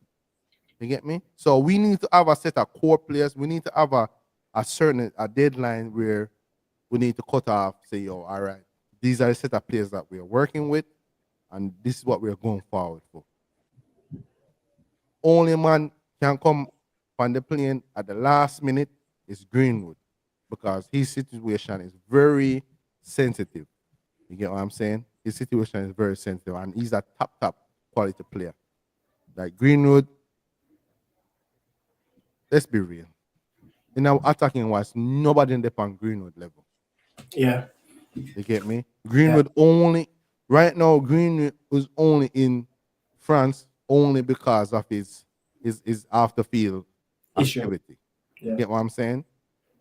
Green would have still have been at Manchester United right now if he was never did whatever happens. You get me? So we getting Greenwood to come play for Jamaica. It's a huge boost. Yeah. But to me, otherwise on Greenwood, I don't see any. Omar Hutchinson's a good player, but I think we already have a Omar Hutchinson in the team. I think there's Liam Bale, Whisper, etc. and etc. I think we already have a Omar Hutchinson in the team. You get what I'm saying? I think we can find so many players that have the same attribute as a Omar Hutchinson. Can't think of any more other player that we've been chasing that does not want to come. Do you have any more other player? Maybe you're a boy from used to play for Chelsea. I don't know. Lewis Baker. Lewis Baker? Yeah. Lewis Baker is in Chelsea Academy, right? Is he? I think the last Lewis Baker I know of, I think them sell him. That's Lewis. I think that's the Lewis Baker I'm talking. He used to be in the Chelsea Academy, I think. He's a central midfielder. Yeah, that's him, Lewis Baker. Used to be in it. But does you want another central midfielder though? Yeah, I would take even 5. I would take, but look, 2021 for the summer where we had the Gold Cup when we went to Austria and play. I think we played Jordan and Qatar. If I'm wrong, comment me in the comment section. Right after that, we went on to play the Gold Cup, and after that, we had the World Cup qualifiers. So we had some new players like Liam Moore, Ethan Pino, Jamal Lowe, Bell, Casey Palmer, Andre Gray. A lot of those players play in that game. I can't remember if it was the US. I think that was the US game. When we played the US. A lot of them played in that game where we got 4-1 in Austria. So even the build up for that, Daniel, we have quite a few players that every time when there is like different level of the World Cup qualifier is going to kick in and a major tournament, it's like we have players that are always going to come on board. And the 2023 Gold Cup, we have Deshaun Bernard and we have Joel Latibody that, jump on the ship as well during, the 2023 Gold Cup as well. Even the same campaign where we play the first home game in the final round at home during the Corona, where we got 3-0 from Panama. Yeah, we went to Mexico, we lost 2-1, then we came home and we lost 3-0. You have Antonio, you have Wes Arden, you have Kemar Roof, quite a few players that, first time playing for the national team, come on board. So it's like this pattern and this trait is there. So now for the St. Vincent and the 2 games that for the World Cup qualifier before the Gold Cup, I think that's going to be one of the biggest Gold Cup in years, because if you look at the coaches, the players they're representing at different levels for their club, I think it's going to be one of the most excited Gold Cup we have ever seen since probably the days of right after the 2010 South Africa World Cup. But I'm expecting a few more players to come in the summer. I'm seeing in the comment, Jason Gunner TV, which other player have Omar Hutchinson attribute? I've been watching Omar Hutchinson in the Premier League. I don't think Omar Hutchinson is better than Leon Bailey. And Leon Bailey farm what he have last season, player to player. I don't think I've been Leon Bailey's biggest critics. Like I'm not Leon Bailey's biggest fan. You get what I'm saying? But don't tell me say Omar Hutchins. Wanna see Omar Hutchins doing that Premier. Don't tell me say he's better than Liam Bill. And he have more attributes to him game. Like, no, he's not. I think Omar Hutchins still have a long way to go. You get what I'm saying? Like, he have a long way to go. Good player, but he have a long way to go. Still developing. You get me? There's sometime when I watch Ipswich this season, yeah, him score a couple goals, but he tends to go last in a game. When Liam Bailey was in a Liam Bailey farm last season, Liam Bailey was like one of the best players every time on the field. And this man I will tell us, I am not the biggest Liam Bailey fan. You get what I'm saying? I think we already have what Omar Hutchins already can do. You get what I'm saying? I think we already have that. And if we're gonna get if we can able to get Greenwood, why would we need to chase this brother? You get me? The only thing Omar Hutchins do is cut in and shoot. That's it. He's not a creative player like that. He's not that creative. You get what I'm saying? What do you think on that?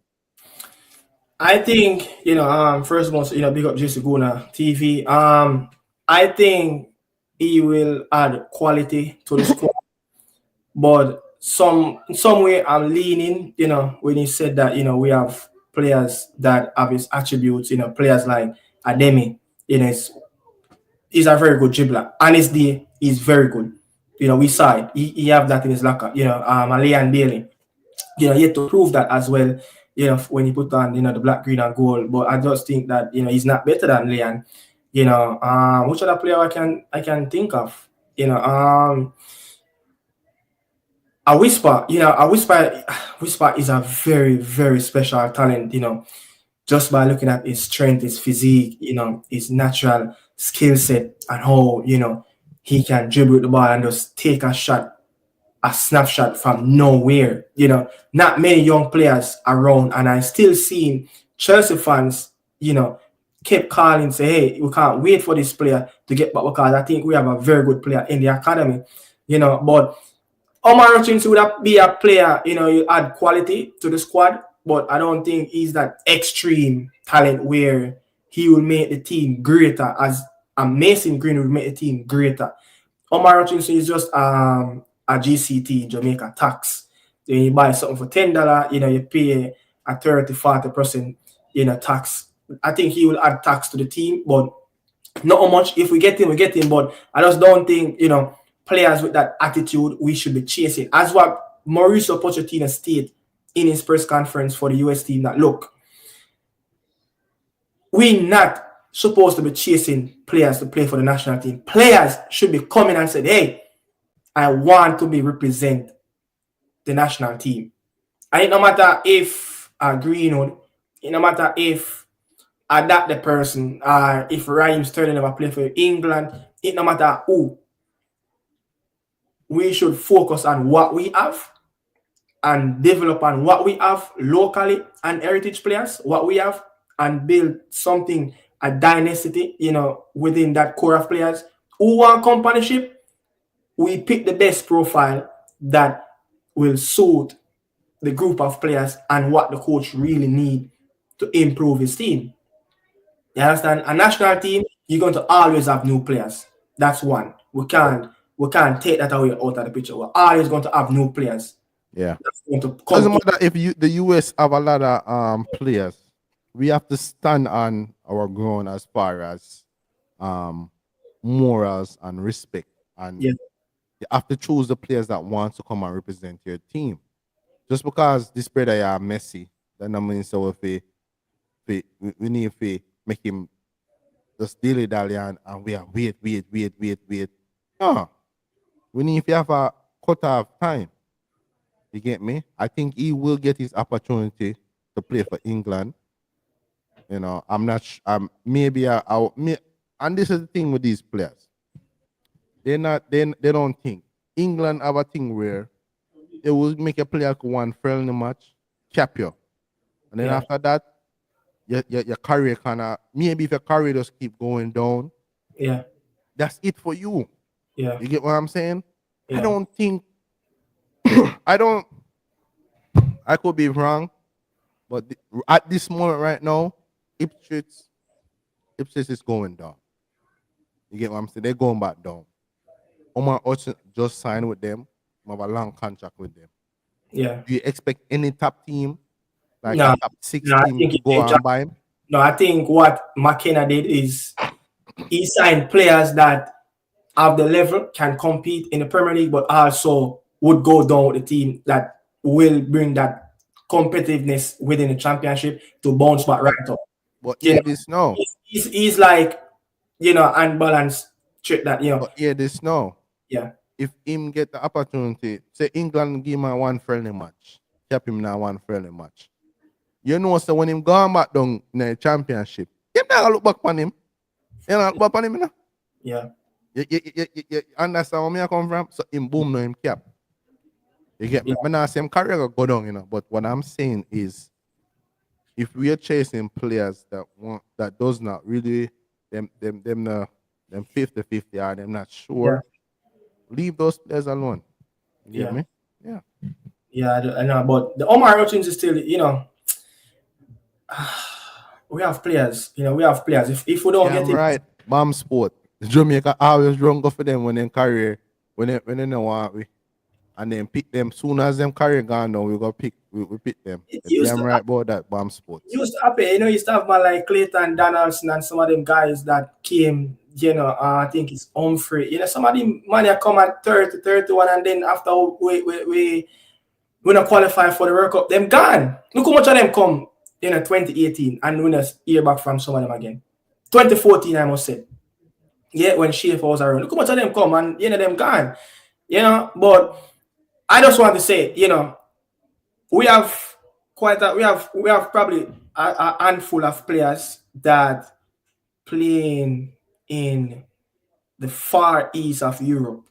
We just saw one just got, transfer, I think it's Latvia, former Cavalier into Serbian League. We still have Paris. I think Paris is still contracted under Kiev, playing in Azerbaijan for Sabah. You still, I think, you have Norman Campbell. Norman Campbell is back right now. He's in, Randers in Denmark. He just played a game, a friendly game. The team is playing some friendly game, preparing back for the opening fixture after the winter break against Copenhagen. So we have some players that playing in that region that if those players get the opportunity, they will, excel. You understand? So the Omar Hutchinson, he can stay. Good quality player that will add attacks to squad, but in can stay. We have players that we can nurture, but the system has to be around them. You understand? I think I'm sorted about don't sleep on Kenry Bennett. He has just signed. But why though? Why? I remember when Romy signed for a QA team as well. You understand? But why? QA, I know maybe the Bugs is very good. You understand? Maybe the Bugs is very good. But Daniel, if you have to run, you have to run. You understand? We just have to take the comments and finish off.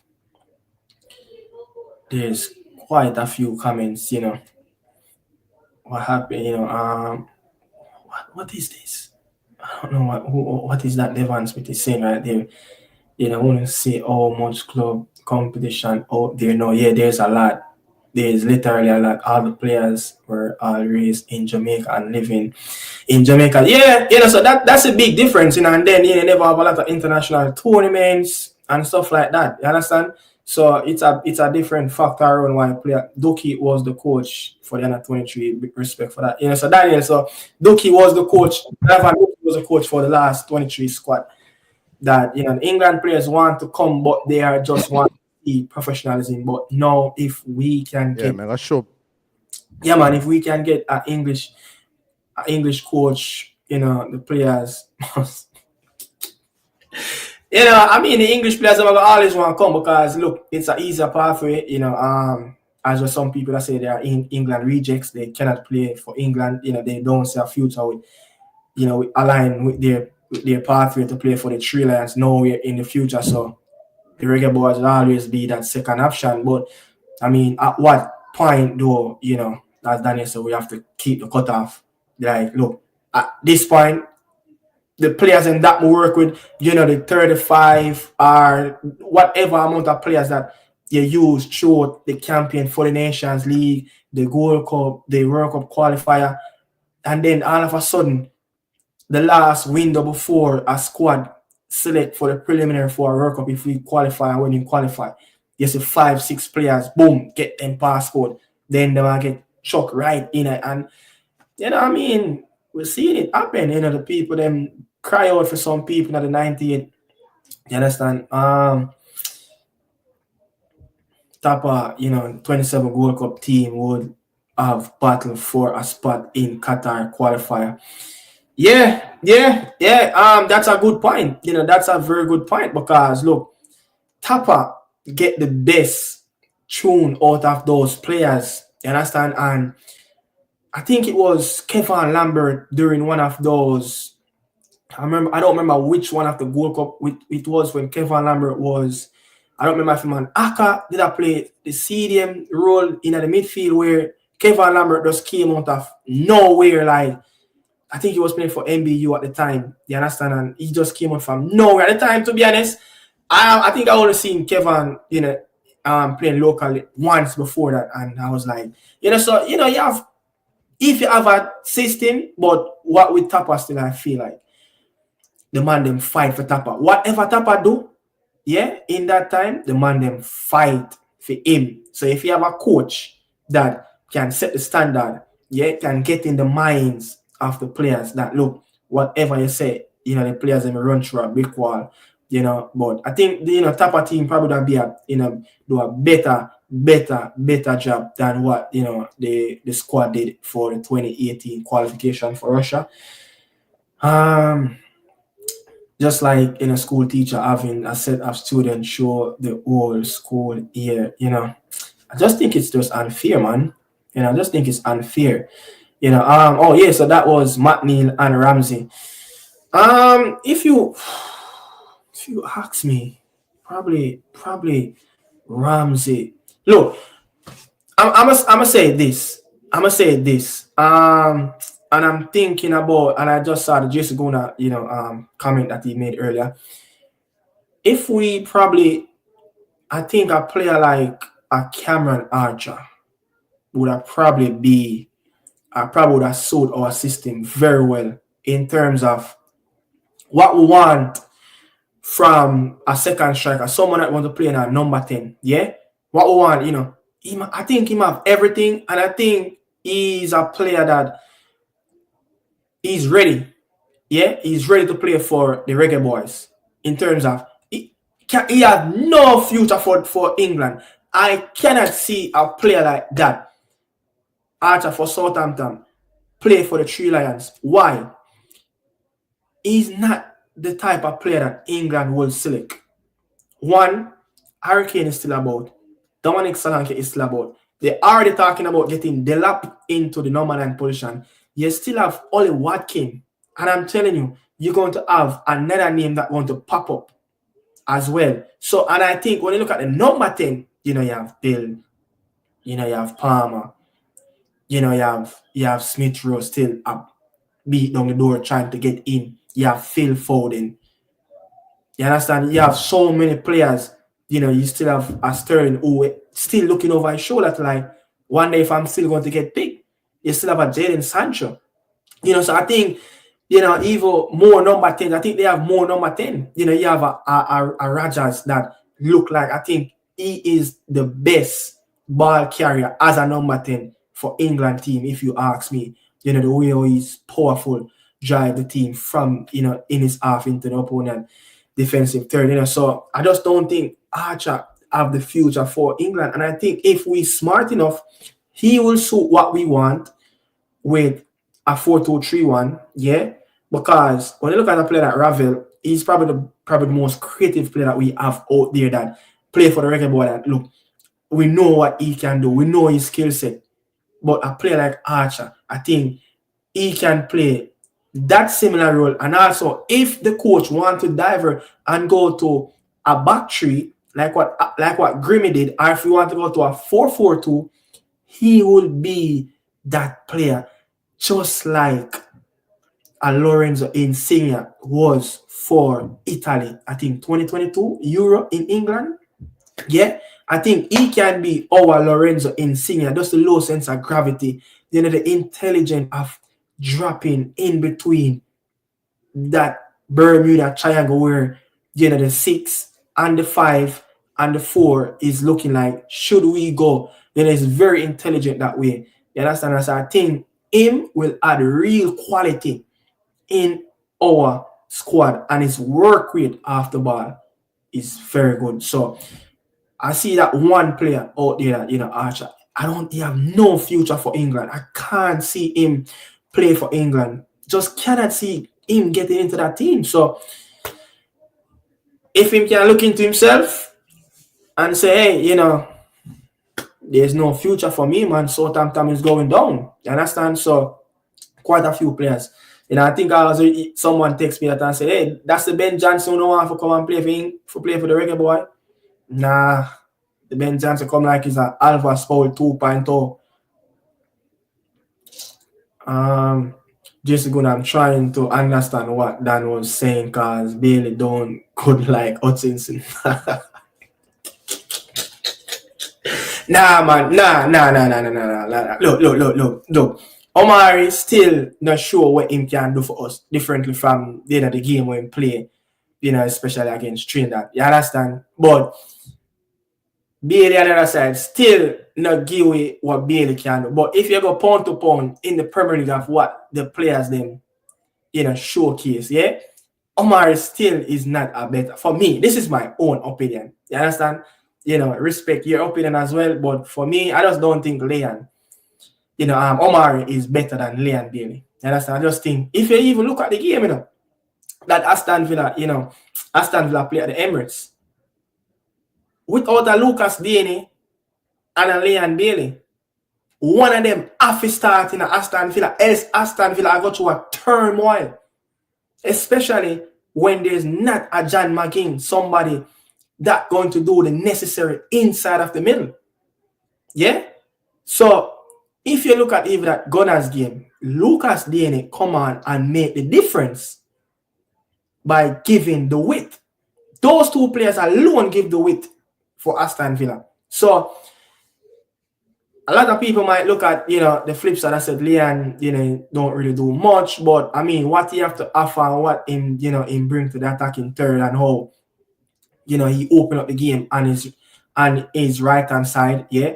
And now he's getting a lot more aggressive. Now he's being Leon Bailey like the Leon Bailey we saw the 2023-24 season, being, getting into that dangerous position, getting into his face of his opponent, you understand, getting runs again behind, start to smile again. But Omar Hutchinson is a far away from Leon Bailey, trust me.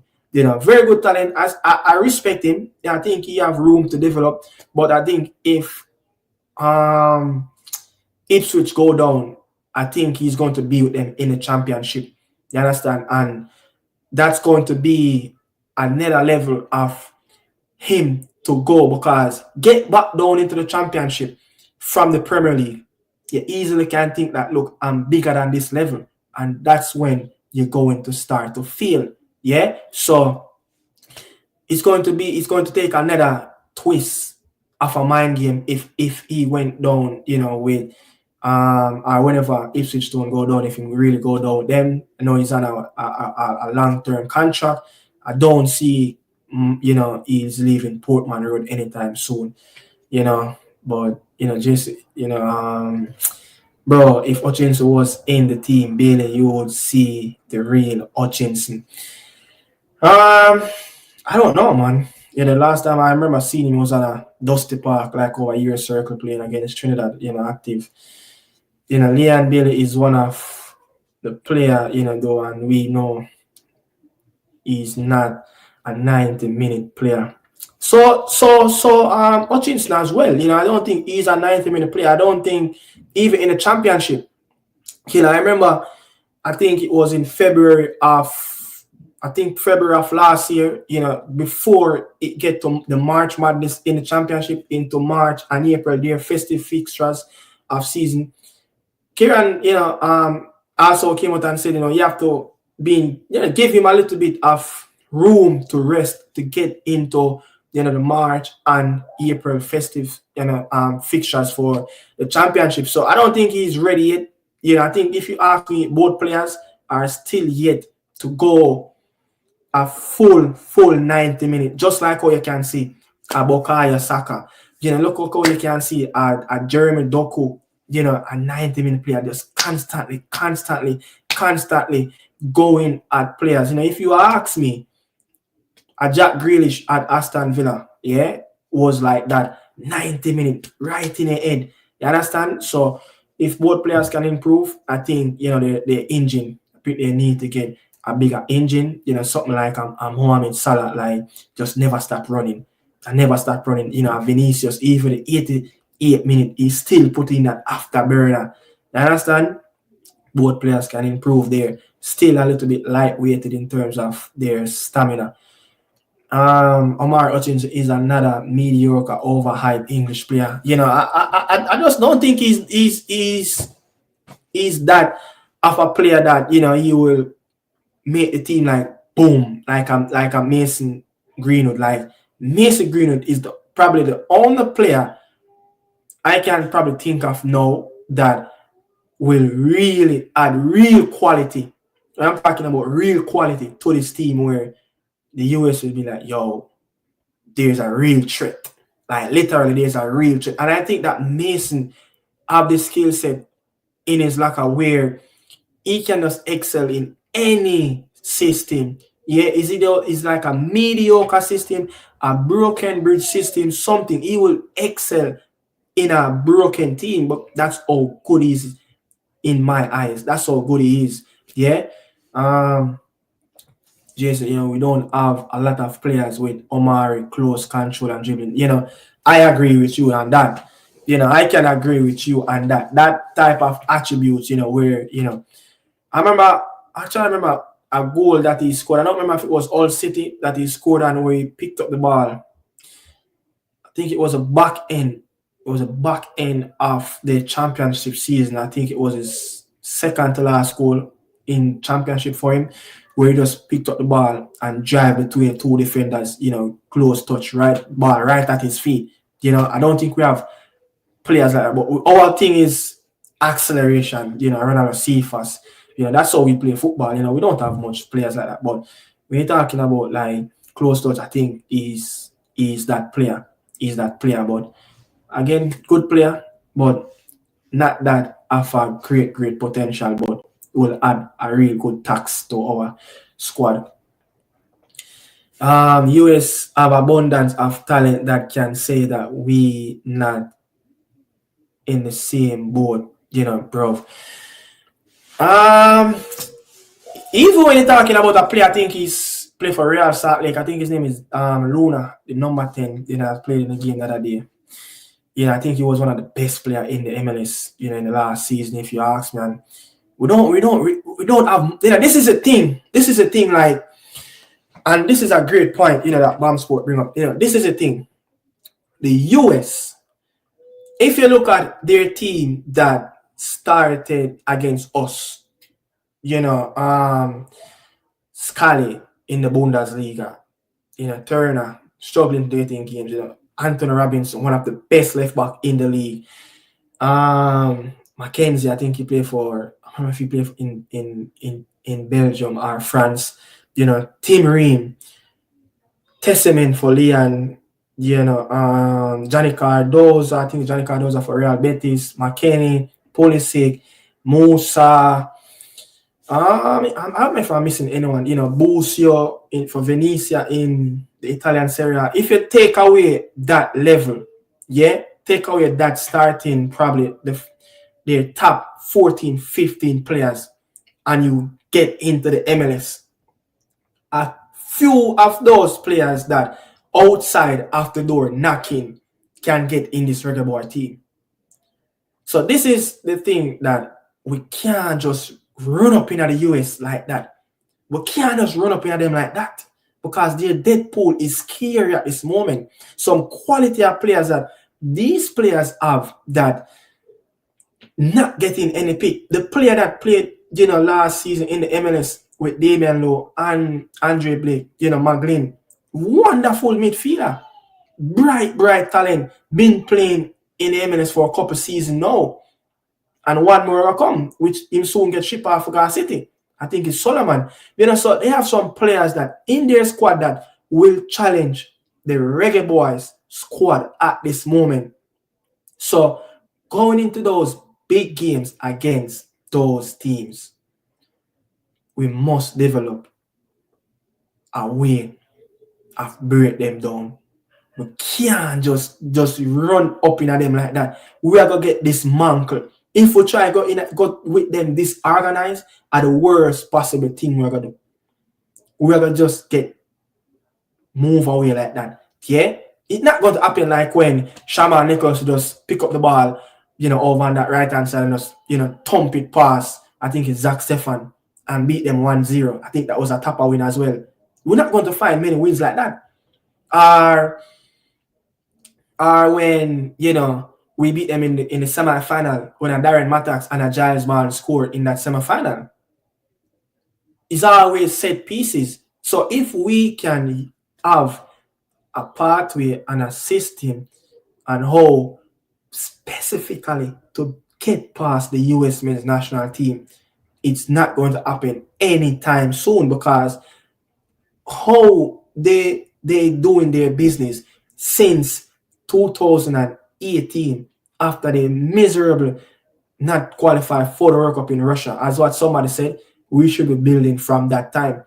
The man then decide that, look, we are going to develop the best youth players in the MLS academies and in the private system or the IMG and get them overseas as young as possible. And an influx of those players left the US. Many of them. And a lot of them lost in the system. A player that I could name one that he was one of the best right back in his era or in his age group. Reggie Cannon. I think he's somewhere in Portugal.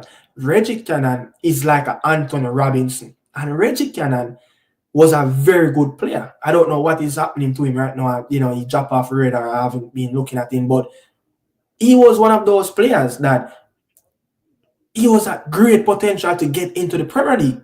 And another player that I grew up watching in the MLS since I migrated over here and is James Sands, play for NYFC, was a very, very good, box-to-box midfielder. For some reason, he just didn't really cut it. I have another player that scored a brace. Is it a brace?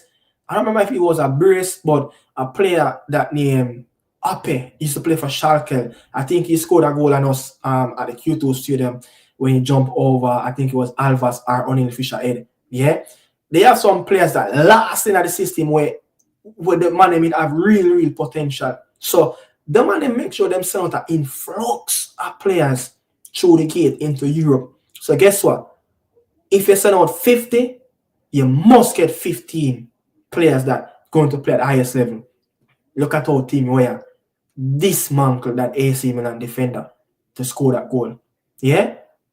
McKennie, you still have Pulisic, and you still have more and more US getting into the Italian market. And I'm going to say this. I don't know how many of you guys seen it or heard of it or I flash across it.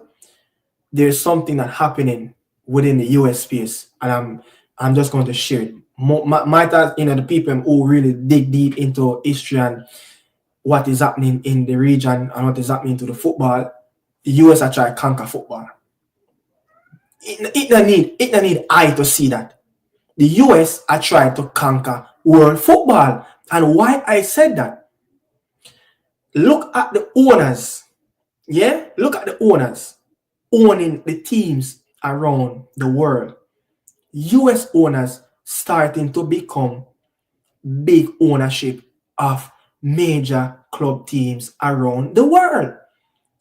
And give it 2 more or 5 more years, you're going to have more US stakeholders own teams in the Italian Serie A. And it started with AS Roma with the Bradley, the father and the son. Yeah? It started with that. AS Roma owned by the US. AS Roma owned by US owners, and also Everton Football Club owned by US owners. Yeah? Brady owned Burnley. I remember who owned Birmingham. Birmingham in League One with American owners spent almost 30 million. That's ridiculous in League One. Yeah? Snoop Dogg is actually looking to buy a championship teams. So these fellas, they are opening the gateway. They are using their billionaire owners to help, not just to open the gateway, but to the richness of the football game. The English game is getting more ridiculous. That the new TV rights deal left from 9 billion jump kind of 12 billion. So the money we are pumped, but it also have to do with the dominance of world football. They want to have a fingerprint on it. So if you look at the Italian Serie A clubs, you have more than 8 Italian Serie A clubs owned by US owners, or if not full ownership, they have a majority of stake in that as well. And a lot more US players are getting linked into the Italian Serie A. You saw what Drake did with the club almost go bankruptcy. The club in Serie A and Venice, and then just sponsor them. So we just can't compete. We can't compete. We cannot compete on that scale. So what we have to do, we have to work with what we have, and we have to work according to our strength. And our strength is, already the acceleration, the physicalness, the set piece. We have to outrun them. We have to set. That's why people always hear Craig Butler always talk about, like, look, if we not use the traits like a Usain Bolt, like a Asafa Powell, like what even a Kishane Thompson, like, if we not use up them thing there, if we not build around that to use it as our weapon, we cannot compete with them pound for pound with talent. We cannot, because it's just too much, and they have the money to go with it. And after this World Cup, you guys are going to see something different with the US. Yeah, the MLS is growing. And if you ask me, the MLS is growing. And they're not even looking at the MLS for the benchmark for their players. You understand? They're looking at the benchmark by when they reach 14 to 16. If they reach a Europe out of the MLS, it's hard to get out. So that is it. And Mexico, I don't know what really I go on for Mexico. And this is the best time for the Reggae Boys to step up and try to conquer that second best in the region. We have the quality can do it. We have the players can do it. The heritage players, we have them, we can do it. We have local players that can help, to build the depth of the ship. We have players in Far East over there can do it. You understand? We can't just look at natural talent, just not going to do it. You're going to have players, you're going to need players like, you're going to need a player like a Norman Campbell. Yeah, you're going to need a player like Norman Campbell that his work ethic on the wing. You're just going to need a player like a Bobby Reed. Yeah, like a player like once, like you guys might not like the name, but a player like Jonah Flemings, like his work ethic off the ball. You're going to need those players. So if we can have that really, really good structure where we can highlight it from the U14, go right up to the Olympic team. So the transition for all those players to get in. Yeah, if you call on a player, he know exactly what gonna happen. And from there, we start to manufacture our coaches, yeah, give them higher education, help to send them abroad, because it's just not going to happen locally alone. Help to send them abroad. And that's the other thing that the US is doing. A lot of their head of recruitments, yeah, they are going to college in the US. They are learning in MLS teams, but when they reach that level, they send them on a course in Europe to learn how they develop. Yeah, so at least when they send the players in abroad, the ones that left back, yeah, the dusties that left back, they can actually nurture and probably get I want a few talent out of that as well. You know, so it's going to hard, man. Yeah, it's going to hard, but people, you know, bless up on yourself, you know, really appreciate everybody, you know, try to we have had quite a few local born players scoring on debut, and we dash them away. What would we do with heritage born players? I don't blame Omar. I respect his choice. Yeah, I respect his choice, man. He's a man of himself. Don't sleep. I think I passed that already. I'm trying to get past some of the comments that I need to read.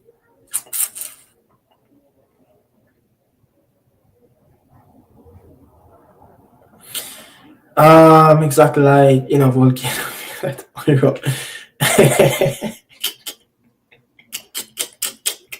That is so funny. Yeah, he played 2 games 4 weeks. Yeah, this Omar Hudson's first season of top flight football, though. Yeah, yeah. I mean, Leon Bailey was very poor. I remember Leon Bailey got booed a lot of times under Dean Smith. Aston Villa people want to send him back to Leverkusen after 1 season. So it happened. I think he will become a good player if him can do the necessary, yeah, and continue to work hard and continue to believe in his craft and continue to strive under clubs and the managers that believe in him and that's going to give him the minutes and trust him as well, so he can really excel on the bigger stage. Hutchins have a better upside than Leon.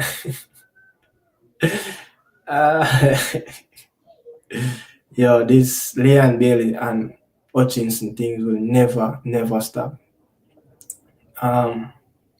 What have Bailey done for Jamaica? Nothing, nada, nada, senorita, senor, nada, nothing the man have done, man, nothing.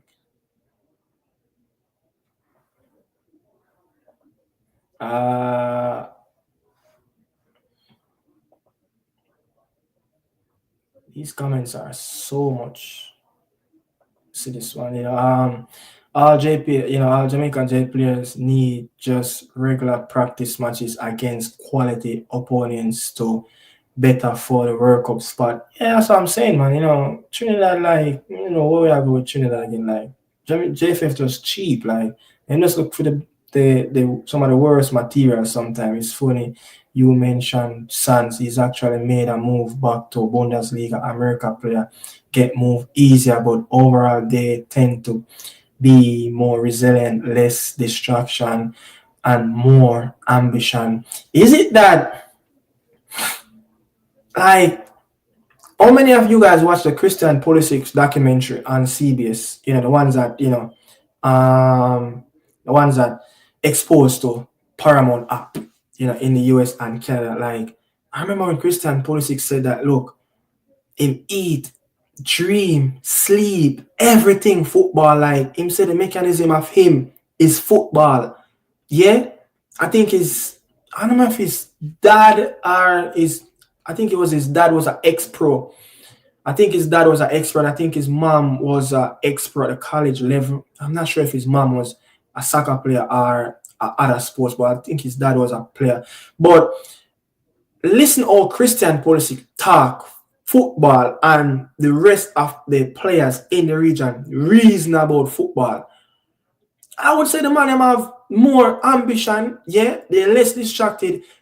Christian Pulisic seems like he's not even a youth that he might fancy the party life 1 and 2 times, but Christian seems like he's a youth that don't hurt from, he said the only people him have in Milan like him, people with a come across, him girlfriend and him best friend, and that's it. Everything is just football. When him go home, he make sure he get him rest, him not have no distraction around him, him fully focus on what he's going to do for the next. He man say him already prepare for the next training session the night before, after a game or a training session, when he's at home in Milan. So I just think the man them just have it that extra, to want that be that next X factor in their career where our players like, okay, we get a move from the JPL to Macedonia, to Latvia, to Moldova, to Azerbaijan, to Serbia, wherever in the far east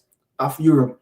We know we are get probably like 3,000, between 3,000 and 10,000 a week in some of those leagues, and that's it. That's it. It's like we reach a professionalism. Yeah, we reach already. No, I just think, and again, I just think that there's a better pathway. Yeah, there's a better pathway, cut out for the US Federation. They help the clubs. Yeah, they help the clubs as well, in terms of getting moves. Everybody's on, not everybody, but some of the bigger heads are on board to get the players in over there in Europe. I just think like this right here talking about Jameson get the move, he come back to NYC, now you're saying gone back to Bundesliga. Andre Blake said on our podcast, I know you guys probably hear, but Andre Blake said on our podcast, like, look, there was a move for Europe, but when you look at my age, family, learning new language, the salary is not there. Yes, I understand. If you have a family, especially have 2, 3, and a wife, they solely depend on you, and also you have people locally in Jamaica as well. Depending on Andre Blake, he's one major breadwinner across his family. Maybe one of the major breadwinner across the Blake family. But sometimes it's not all about just the money. Sometimes it's all about just go to that club. Yeah, go to that club. Take a pay cut. Show your class. Show your talent. You could imagine if Andre Blake probably would have go to the Eredivisie League and get a pay cut from what he's earning at Philadelphia and just start to just show him talent. And then 2 years from now, whatever you earn a Philly from then until where the potential earn until now, you find yourself and make 40 grand a week. Yeah, what Leon Bill is earning, around £6 million a year. You probably could find yourself earn 2-3 million euros, pounds a year.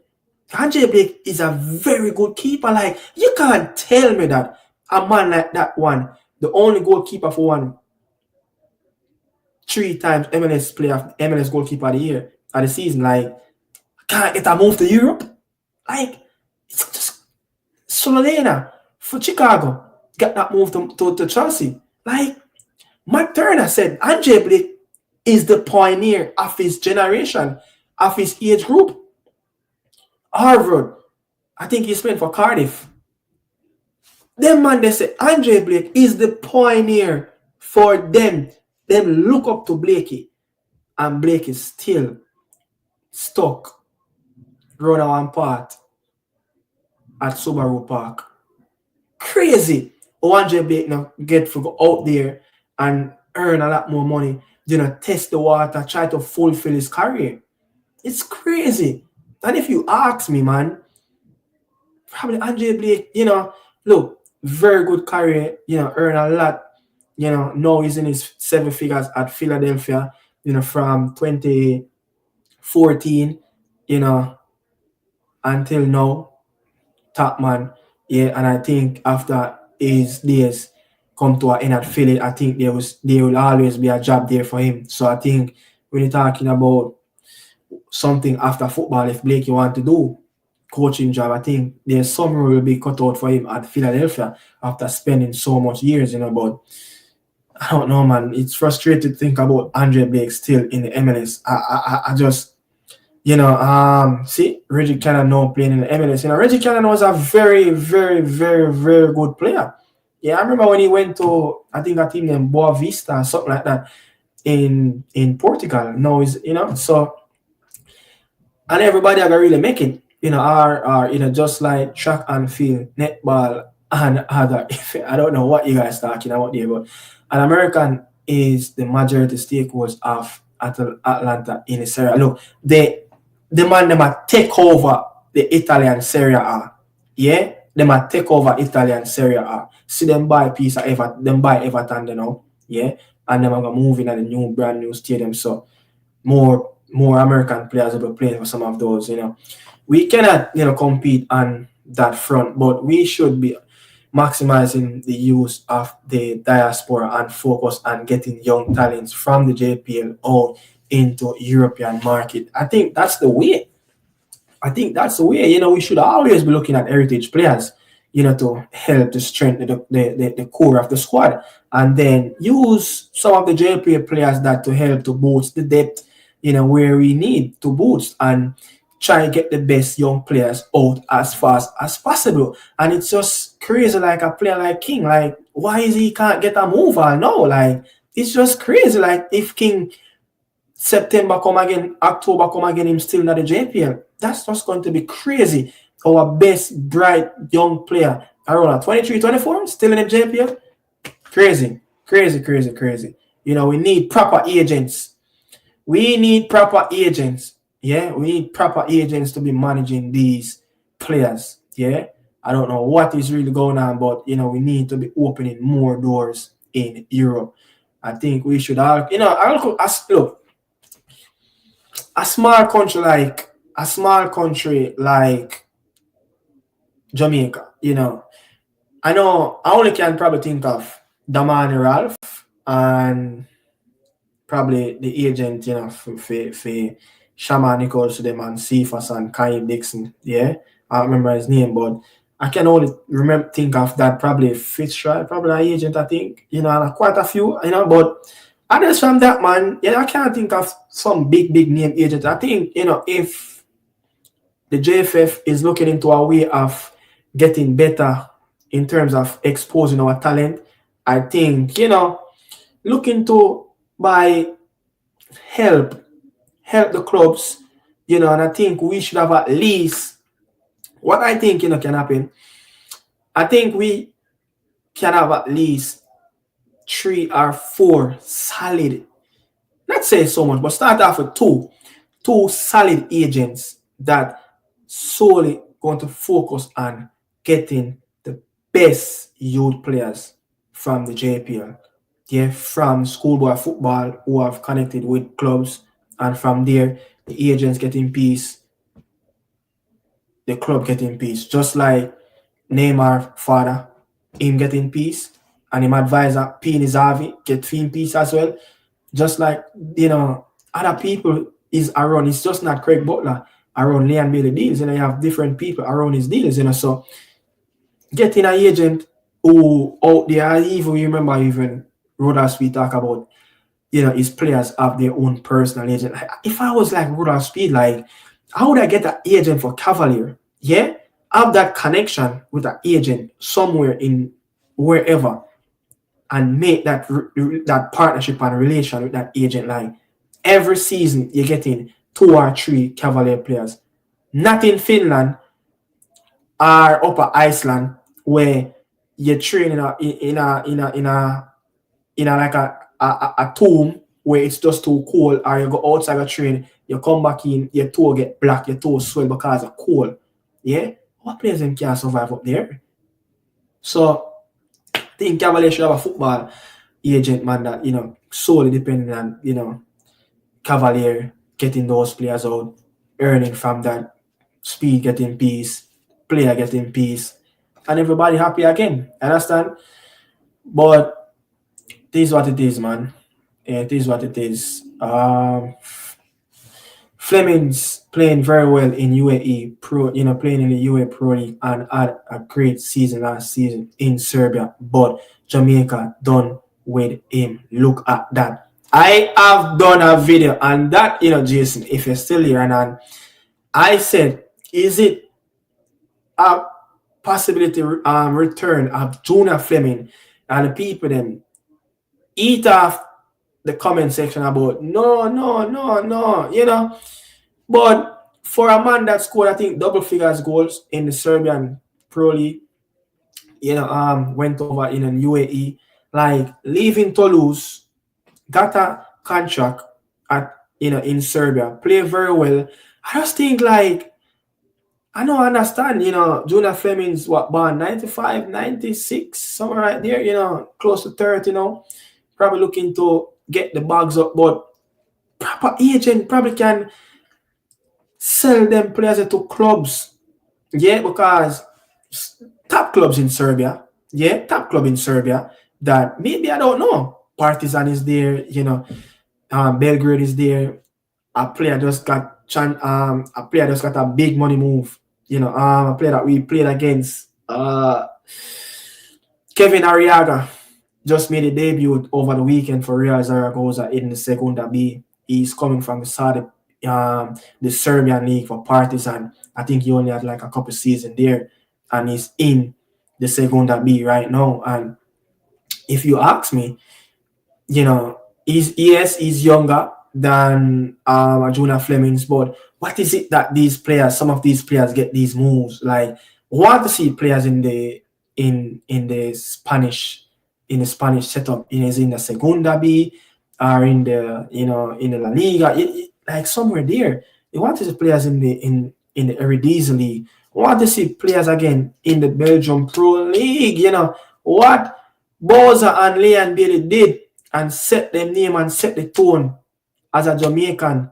Why we can't get more players? We should be having every season, I think, since 2016, we should be having at least a player in the Belgian Pro League, because I think the Belgian Pro League is a league that help nurture the talent, give the players them the time, and the trust and the minutes and the pitch to develop them to be that player, and and educate them as much as possible. So when they go to the mainlands, the England, the Germany, the France, them well educated within the game.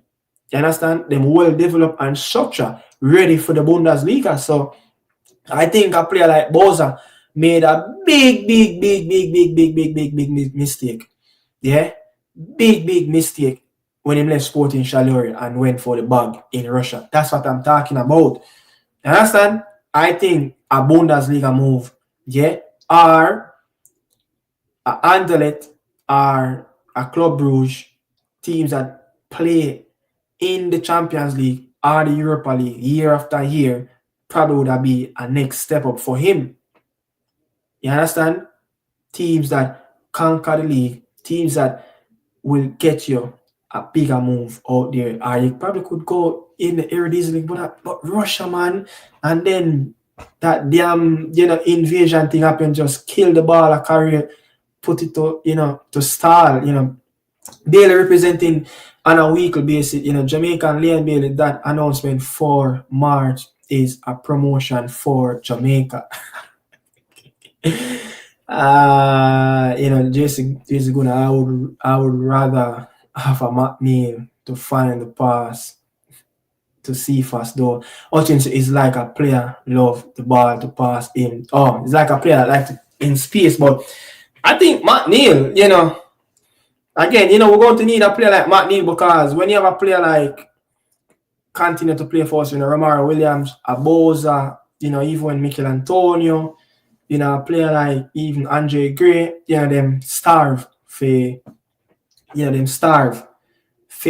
crosses from the box, and a player like that love to put the ball in the back of in the box, and a player that probably can play the wing back role as well. You understand? A player that continue to create chances from the wing position for his club team. It's funny, Leon do nothing. this Leon Bailey thing, you know, this Leon. Anytime Leon Bailey name come up, it's always a continent issue, you know. Funny, Leon do nothing. Bailey can publicize and disrespect JF and they run. I can't. Yeah, Java, they all can be in the squad. We need the players. We need everybody. You know, we need everybody.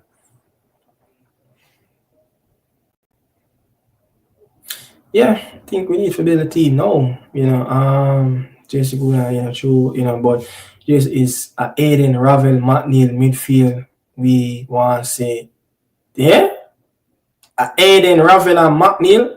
Wow. Wait a minute. In the central park here, Ravel. I want to see. I would have loved to see a Ravel, Aiden, and a Jonathan Russell. That's what I would love to see. I would love just by seeing a double pivot of Jonathan Russell and a Aiden in the midfield. You know, Aiden played really well. You know, for Portsmouth other day. They played another tough team that's up there in the championship table, Middlesbrough. You know, and the next game will be at home at Stoke. So, you know, he's having some really good games coming up, a good run of games. Their next 4 games, 3 will be at home and 1 will be away. That one away will be against Hull City. You know, so he's going to have a good run of games. He can help his team. And what he have done over the weekend as well, you know, and I think it was Saturday, you know, against Middlesbrough, really well. He set that base and the tone in the midfield, yeah, and as he stated in that interview, like what Aiden naturally do in games is that, you know, come up on the stat sheet like that, yeah. But what he really, you have to really watch some of the games and to really show him though, yeah, the calmness in the midfield, and I think it just bring a different, you know, dynamic play in that Portsmouth midfield. And you know, look, he started in the game, you know, so I think he will start again. I think they played on Wednesday against Stoke City. And a bigger club going to buy Hutchinson. I would love that, you know. Wish him all the best. You know, so people, this is it coming up, you know. Arriaga is a quality player. Yo, Jason, you know, Arriaga, man, you know, when I watch him against us, you could see a quality player in him, you know, very aggressive. He gave me, you know, I'm trying to remember. I remember, if you remember, a player used to play for Stoke City in the Premier League named Nzonzi, the French player. I think Arriaga gave me that kind of same traits of Steven Nzonzi, you know, in the Premier League when he was at Stoke City. But look, if he continued to play on the same trajectory as he played for Partizan in the Serbian League, sooner or later, La Liga team going to snap him up. If Real Zaragoza don't get promoted, you know, to the La Liga, but a team going to promote, a team going to get him. Trust me, yeah, a team going to get him. Ricardo, you know, I respect you and, you know, the passion for the Jamaican Shatters. You know, nevertheless, we don't have no guidance for a team. We are below average in the CONCACAF region. We can't beat Cuba. I don't even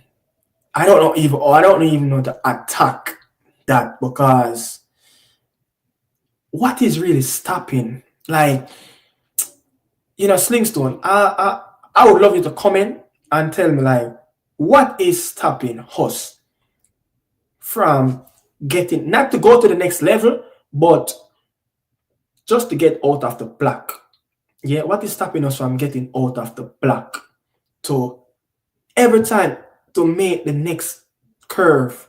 Damian Lowe said it in the post game after the first leg in the US game that, look, we want to go to the next level. We want the country to see us win titles. Remember that press conference when he said that in the backing of the post game after the first leg in the US game? Yeah, and I have said it on this platform as well before the Copa, the build up for the Copa. I'm saying, can Coach Emerald Grimson get the Reggae Boys to the next level in the Copa? We feel like we left from here really, really low. So we left from probably 10, dropped down to like 4. Yeah, hard rock, hot. You know, if we never really win them 2 games in Central America, I don't know where people would really talk about, but it's tough, man. It's tough. You know, it's tough.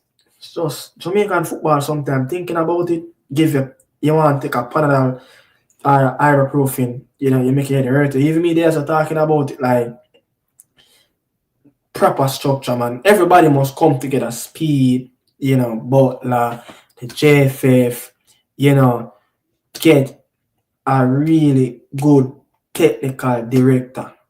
Yeah?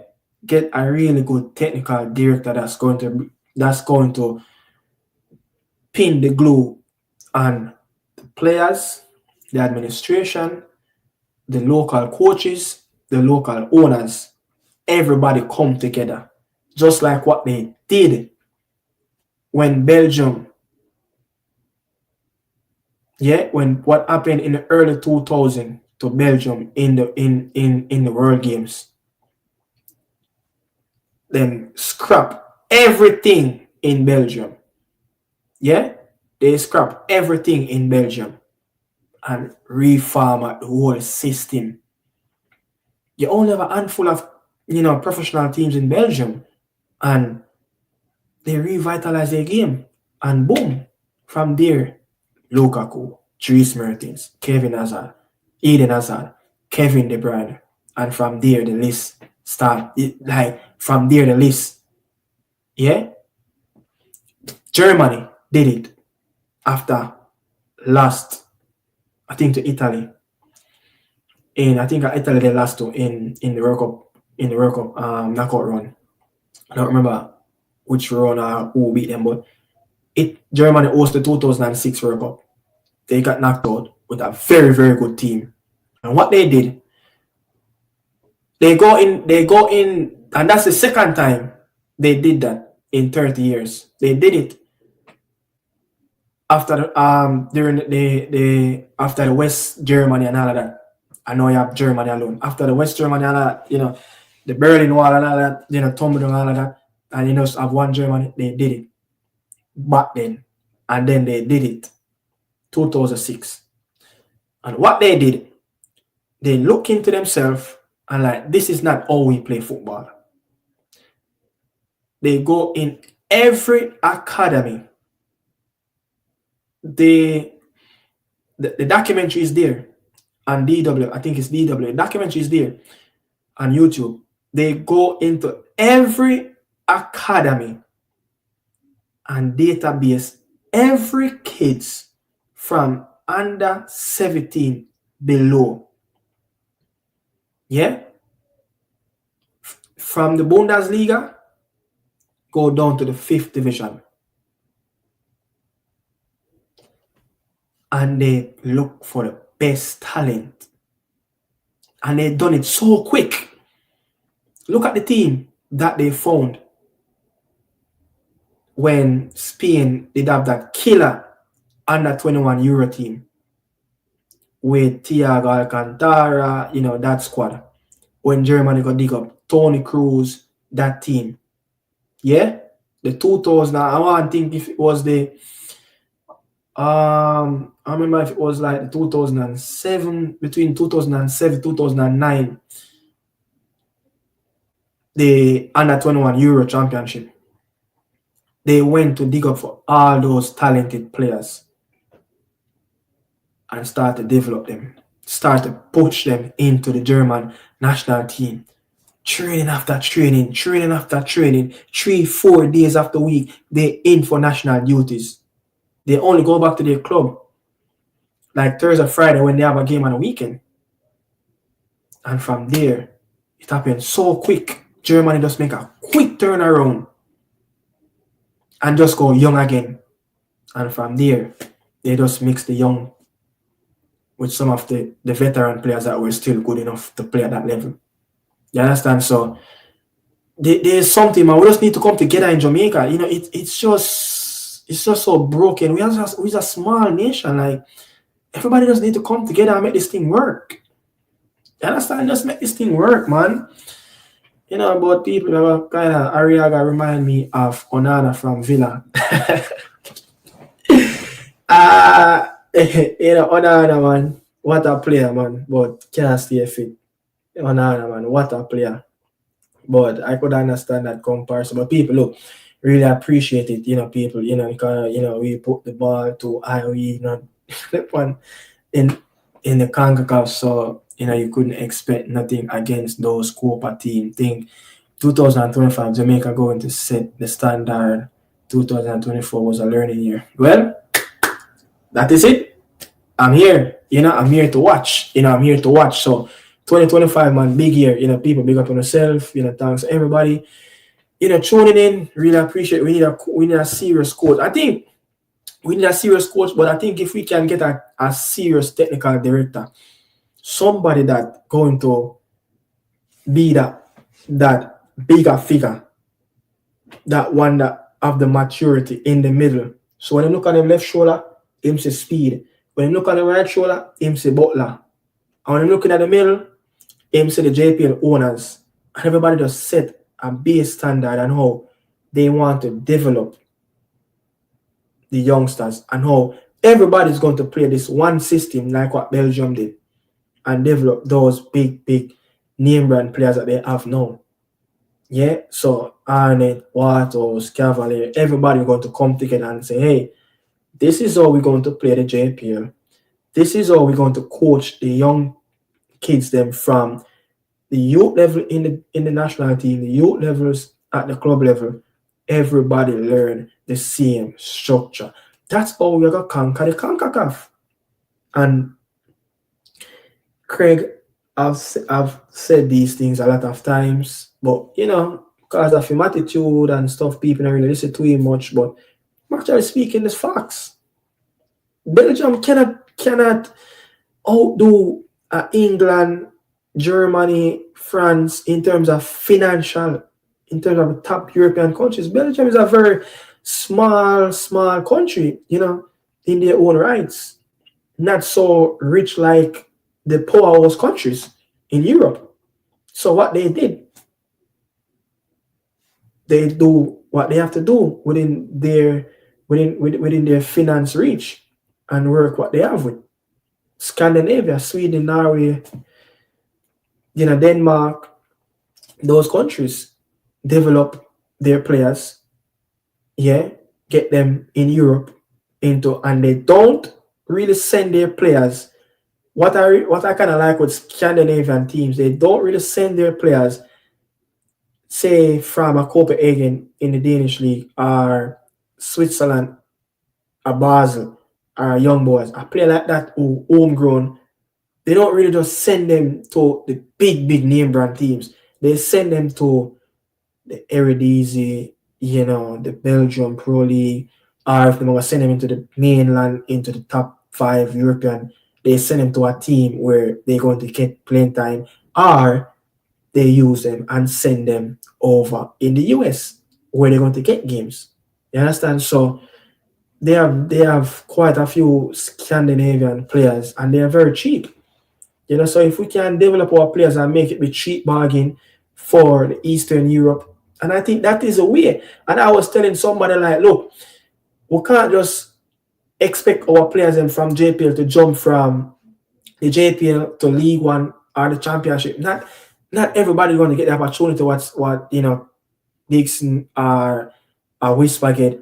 The road should be from JPL, just like what Leon did, Austria, Slovenia to Trensen, Belgium, CFAS, the same thing, Kenry Campbell, where Moldova, Latvia, Serbia. Maybe he find himself in a Belgium next, and then he find himself make the better move and come into mainland.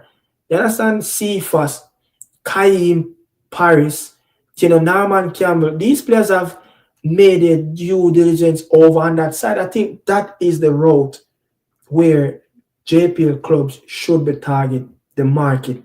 The market for those clubs over there, they're looking for the cheap bargains from this region.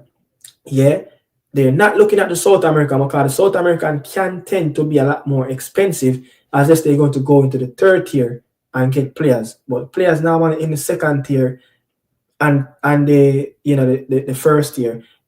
goes a lot more expensive. So those far east countries, tend to spend Europe, around their region, going down there lower league. Over here in this region, the Caribbean, some part of Central America, Africa, they scan those areas and also go down in the lower league for best players at that level. You will, in the Turkish, the Romanian, the Bulgarian league, and get, so if we can target, those spots, we have up for a fight in terms of trying to get the players in quality leagues, and I don't think we should be throwing away Kai in Paris. I just think that the Ukraine and Russian thing just messed up his career. You understand? I think the Dynamo Kiev was a really good move. Because Dynamo Kiev was a team that, year after year they played in Europe. You understand? So I just think, hopefully, Kai in Paris can really find back in mid space, and get back into, playing, at a top level. The next move, Norman Campbell is looking into next move for Norman probably should still be like a move like what Boza did, go to Belgium, next move to that level, and then from there, if he develop the real way, top 8 club in Germany, France, so that is it, people. Really appreciate it. Is it? That is it. Really appreciate you guys as well. Higher standard need to be placed by JFF. Our top players are not world class except for the likes of Mason Greenwood, which doubt that he will play for Jamaica. I don't even know when that I got heard that. That one is like dead rubber in the road right now. But people really appreciate on it. Yeah, really appreciate it. Bless up on yourself. Thanks for watching, man. The Nick and Dad podcast as we do this again next week. You understand? So, man, I respect everybody who participate in the comment section. I'm out, One more comment again. Travis, NBA fans believe you can tell a player where live in a football, stop your madness. But man, but big up to everybody, man. But we just need to just stick together, man. Jamaica's so small, man. We need that. We need to get that man from West where parted with Rena Football Club, Mr. Downswell. We need to get him out of that position. Because you see, technical. Why you think him technical director? Man like Downswell, them need faith. Man, them not doing no work, man. Man, not doing no work. A technical director is a very vital piece in a federation for national teams. So we should be doing a lot better than that. We need a technical director, somebody who have the vision of what it is to develop a nation, football. And a country like Jamaica, a technical director should not just align, his job not supposed to just align with the JFF and FIFA. Because I think FIFA pay him as well, but I think a technical director for the JFF should align within the clubs. Him should set the guidelines and say, hey, this is the guidelines. And everybody just chop them ego. We're not going to make money, we're not going to win the JPL, we're not going to get players abroad. But if we follow the guidelines from the lowest youth academies in the clubs, and then, so, and get the best set of coaches them coaching the youths, because that's what they did back apart in Europe. You can go in some part in Europe or 8, 9 division, coaches around there coach some youth. I'm having UEFA Pro license. Yeah, man, I'm having UEFA Pro license. I'm having UEFA Pro license, some coaches who are coach some academy, some youths in some teams, some 4th, 5th division in Germany. They have them UEFA Pro license. But guess what? Their job is to develop, and their vision and their eye is all about youths. That's their specialty, develop youth player. So we need a technical director. You understand? But big up Jeffy Special, first time seeing in the comment section all day.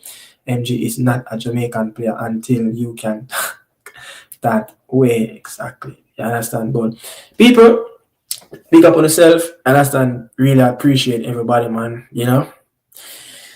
Manners and respect. I'm out. Bye.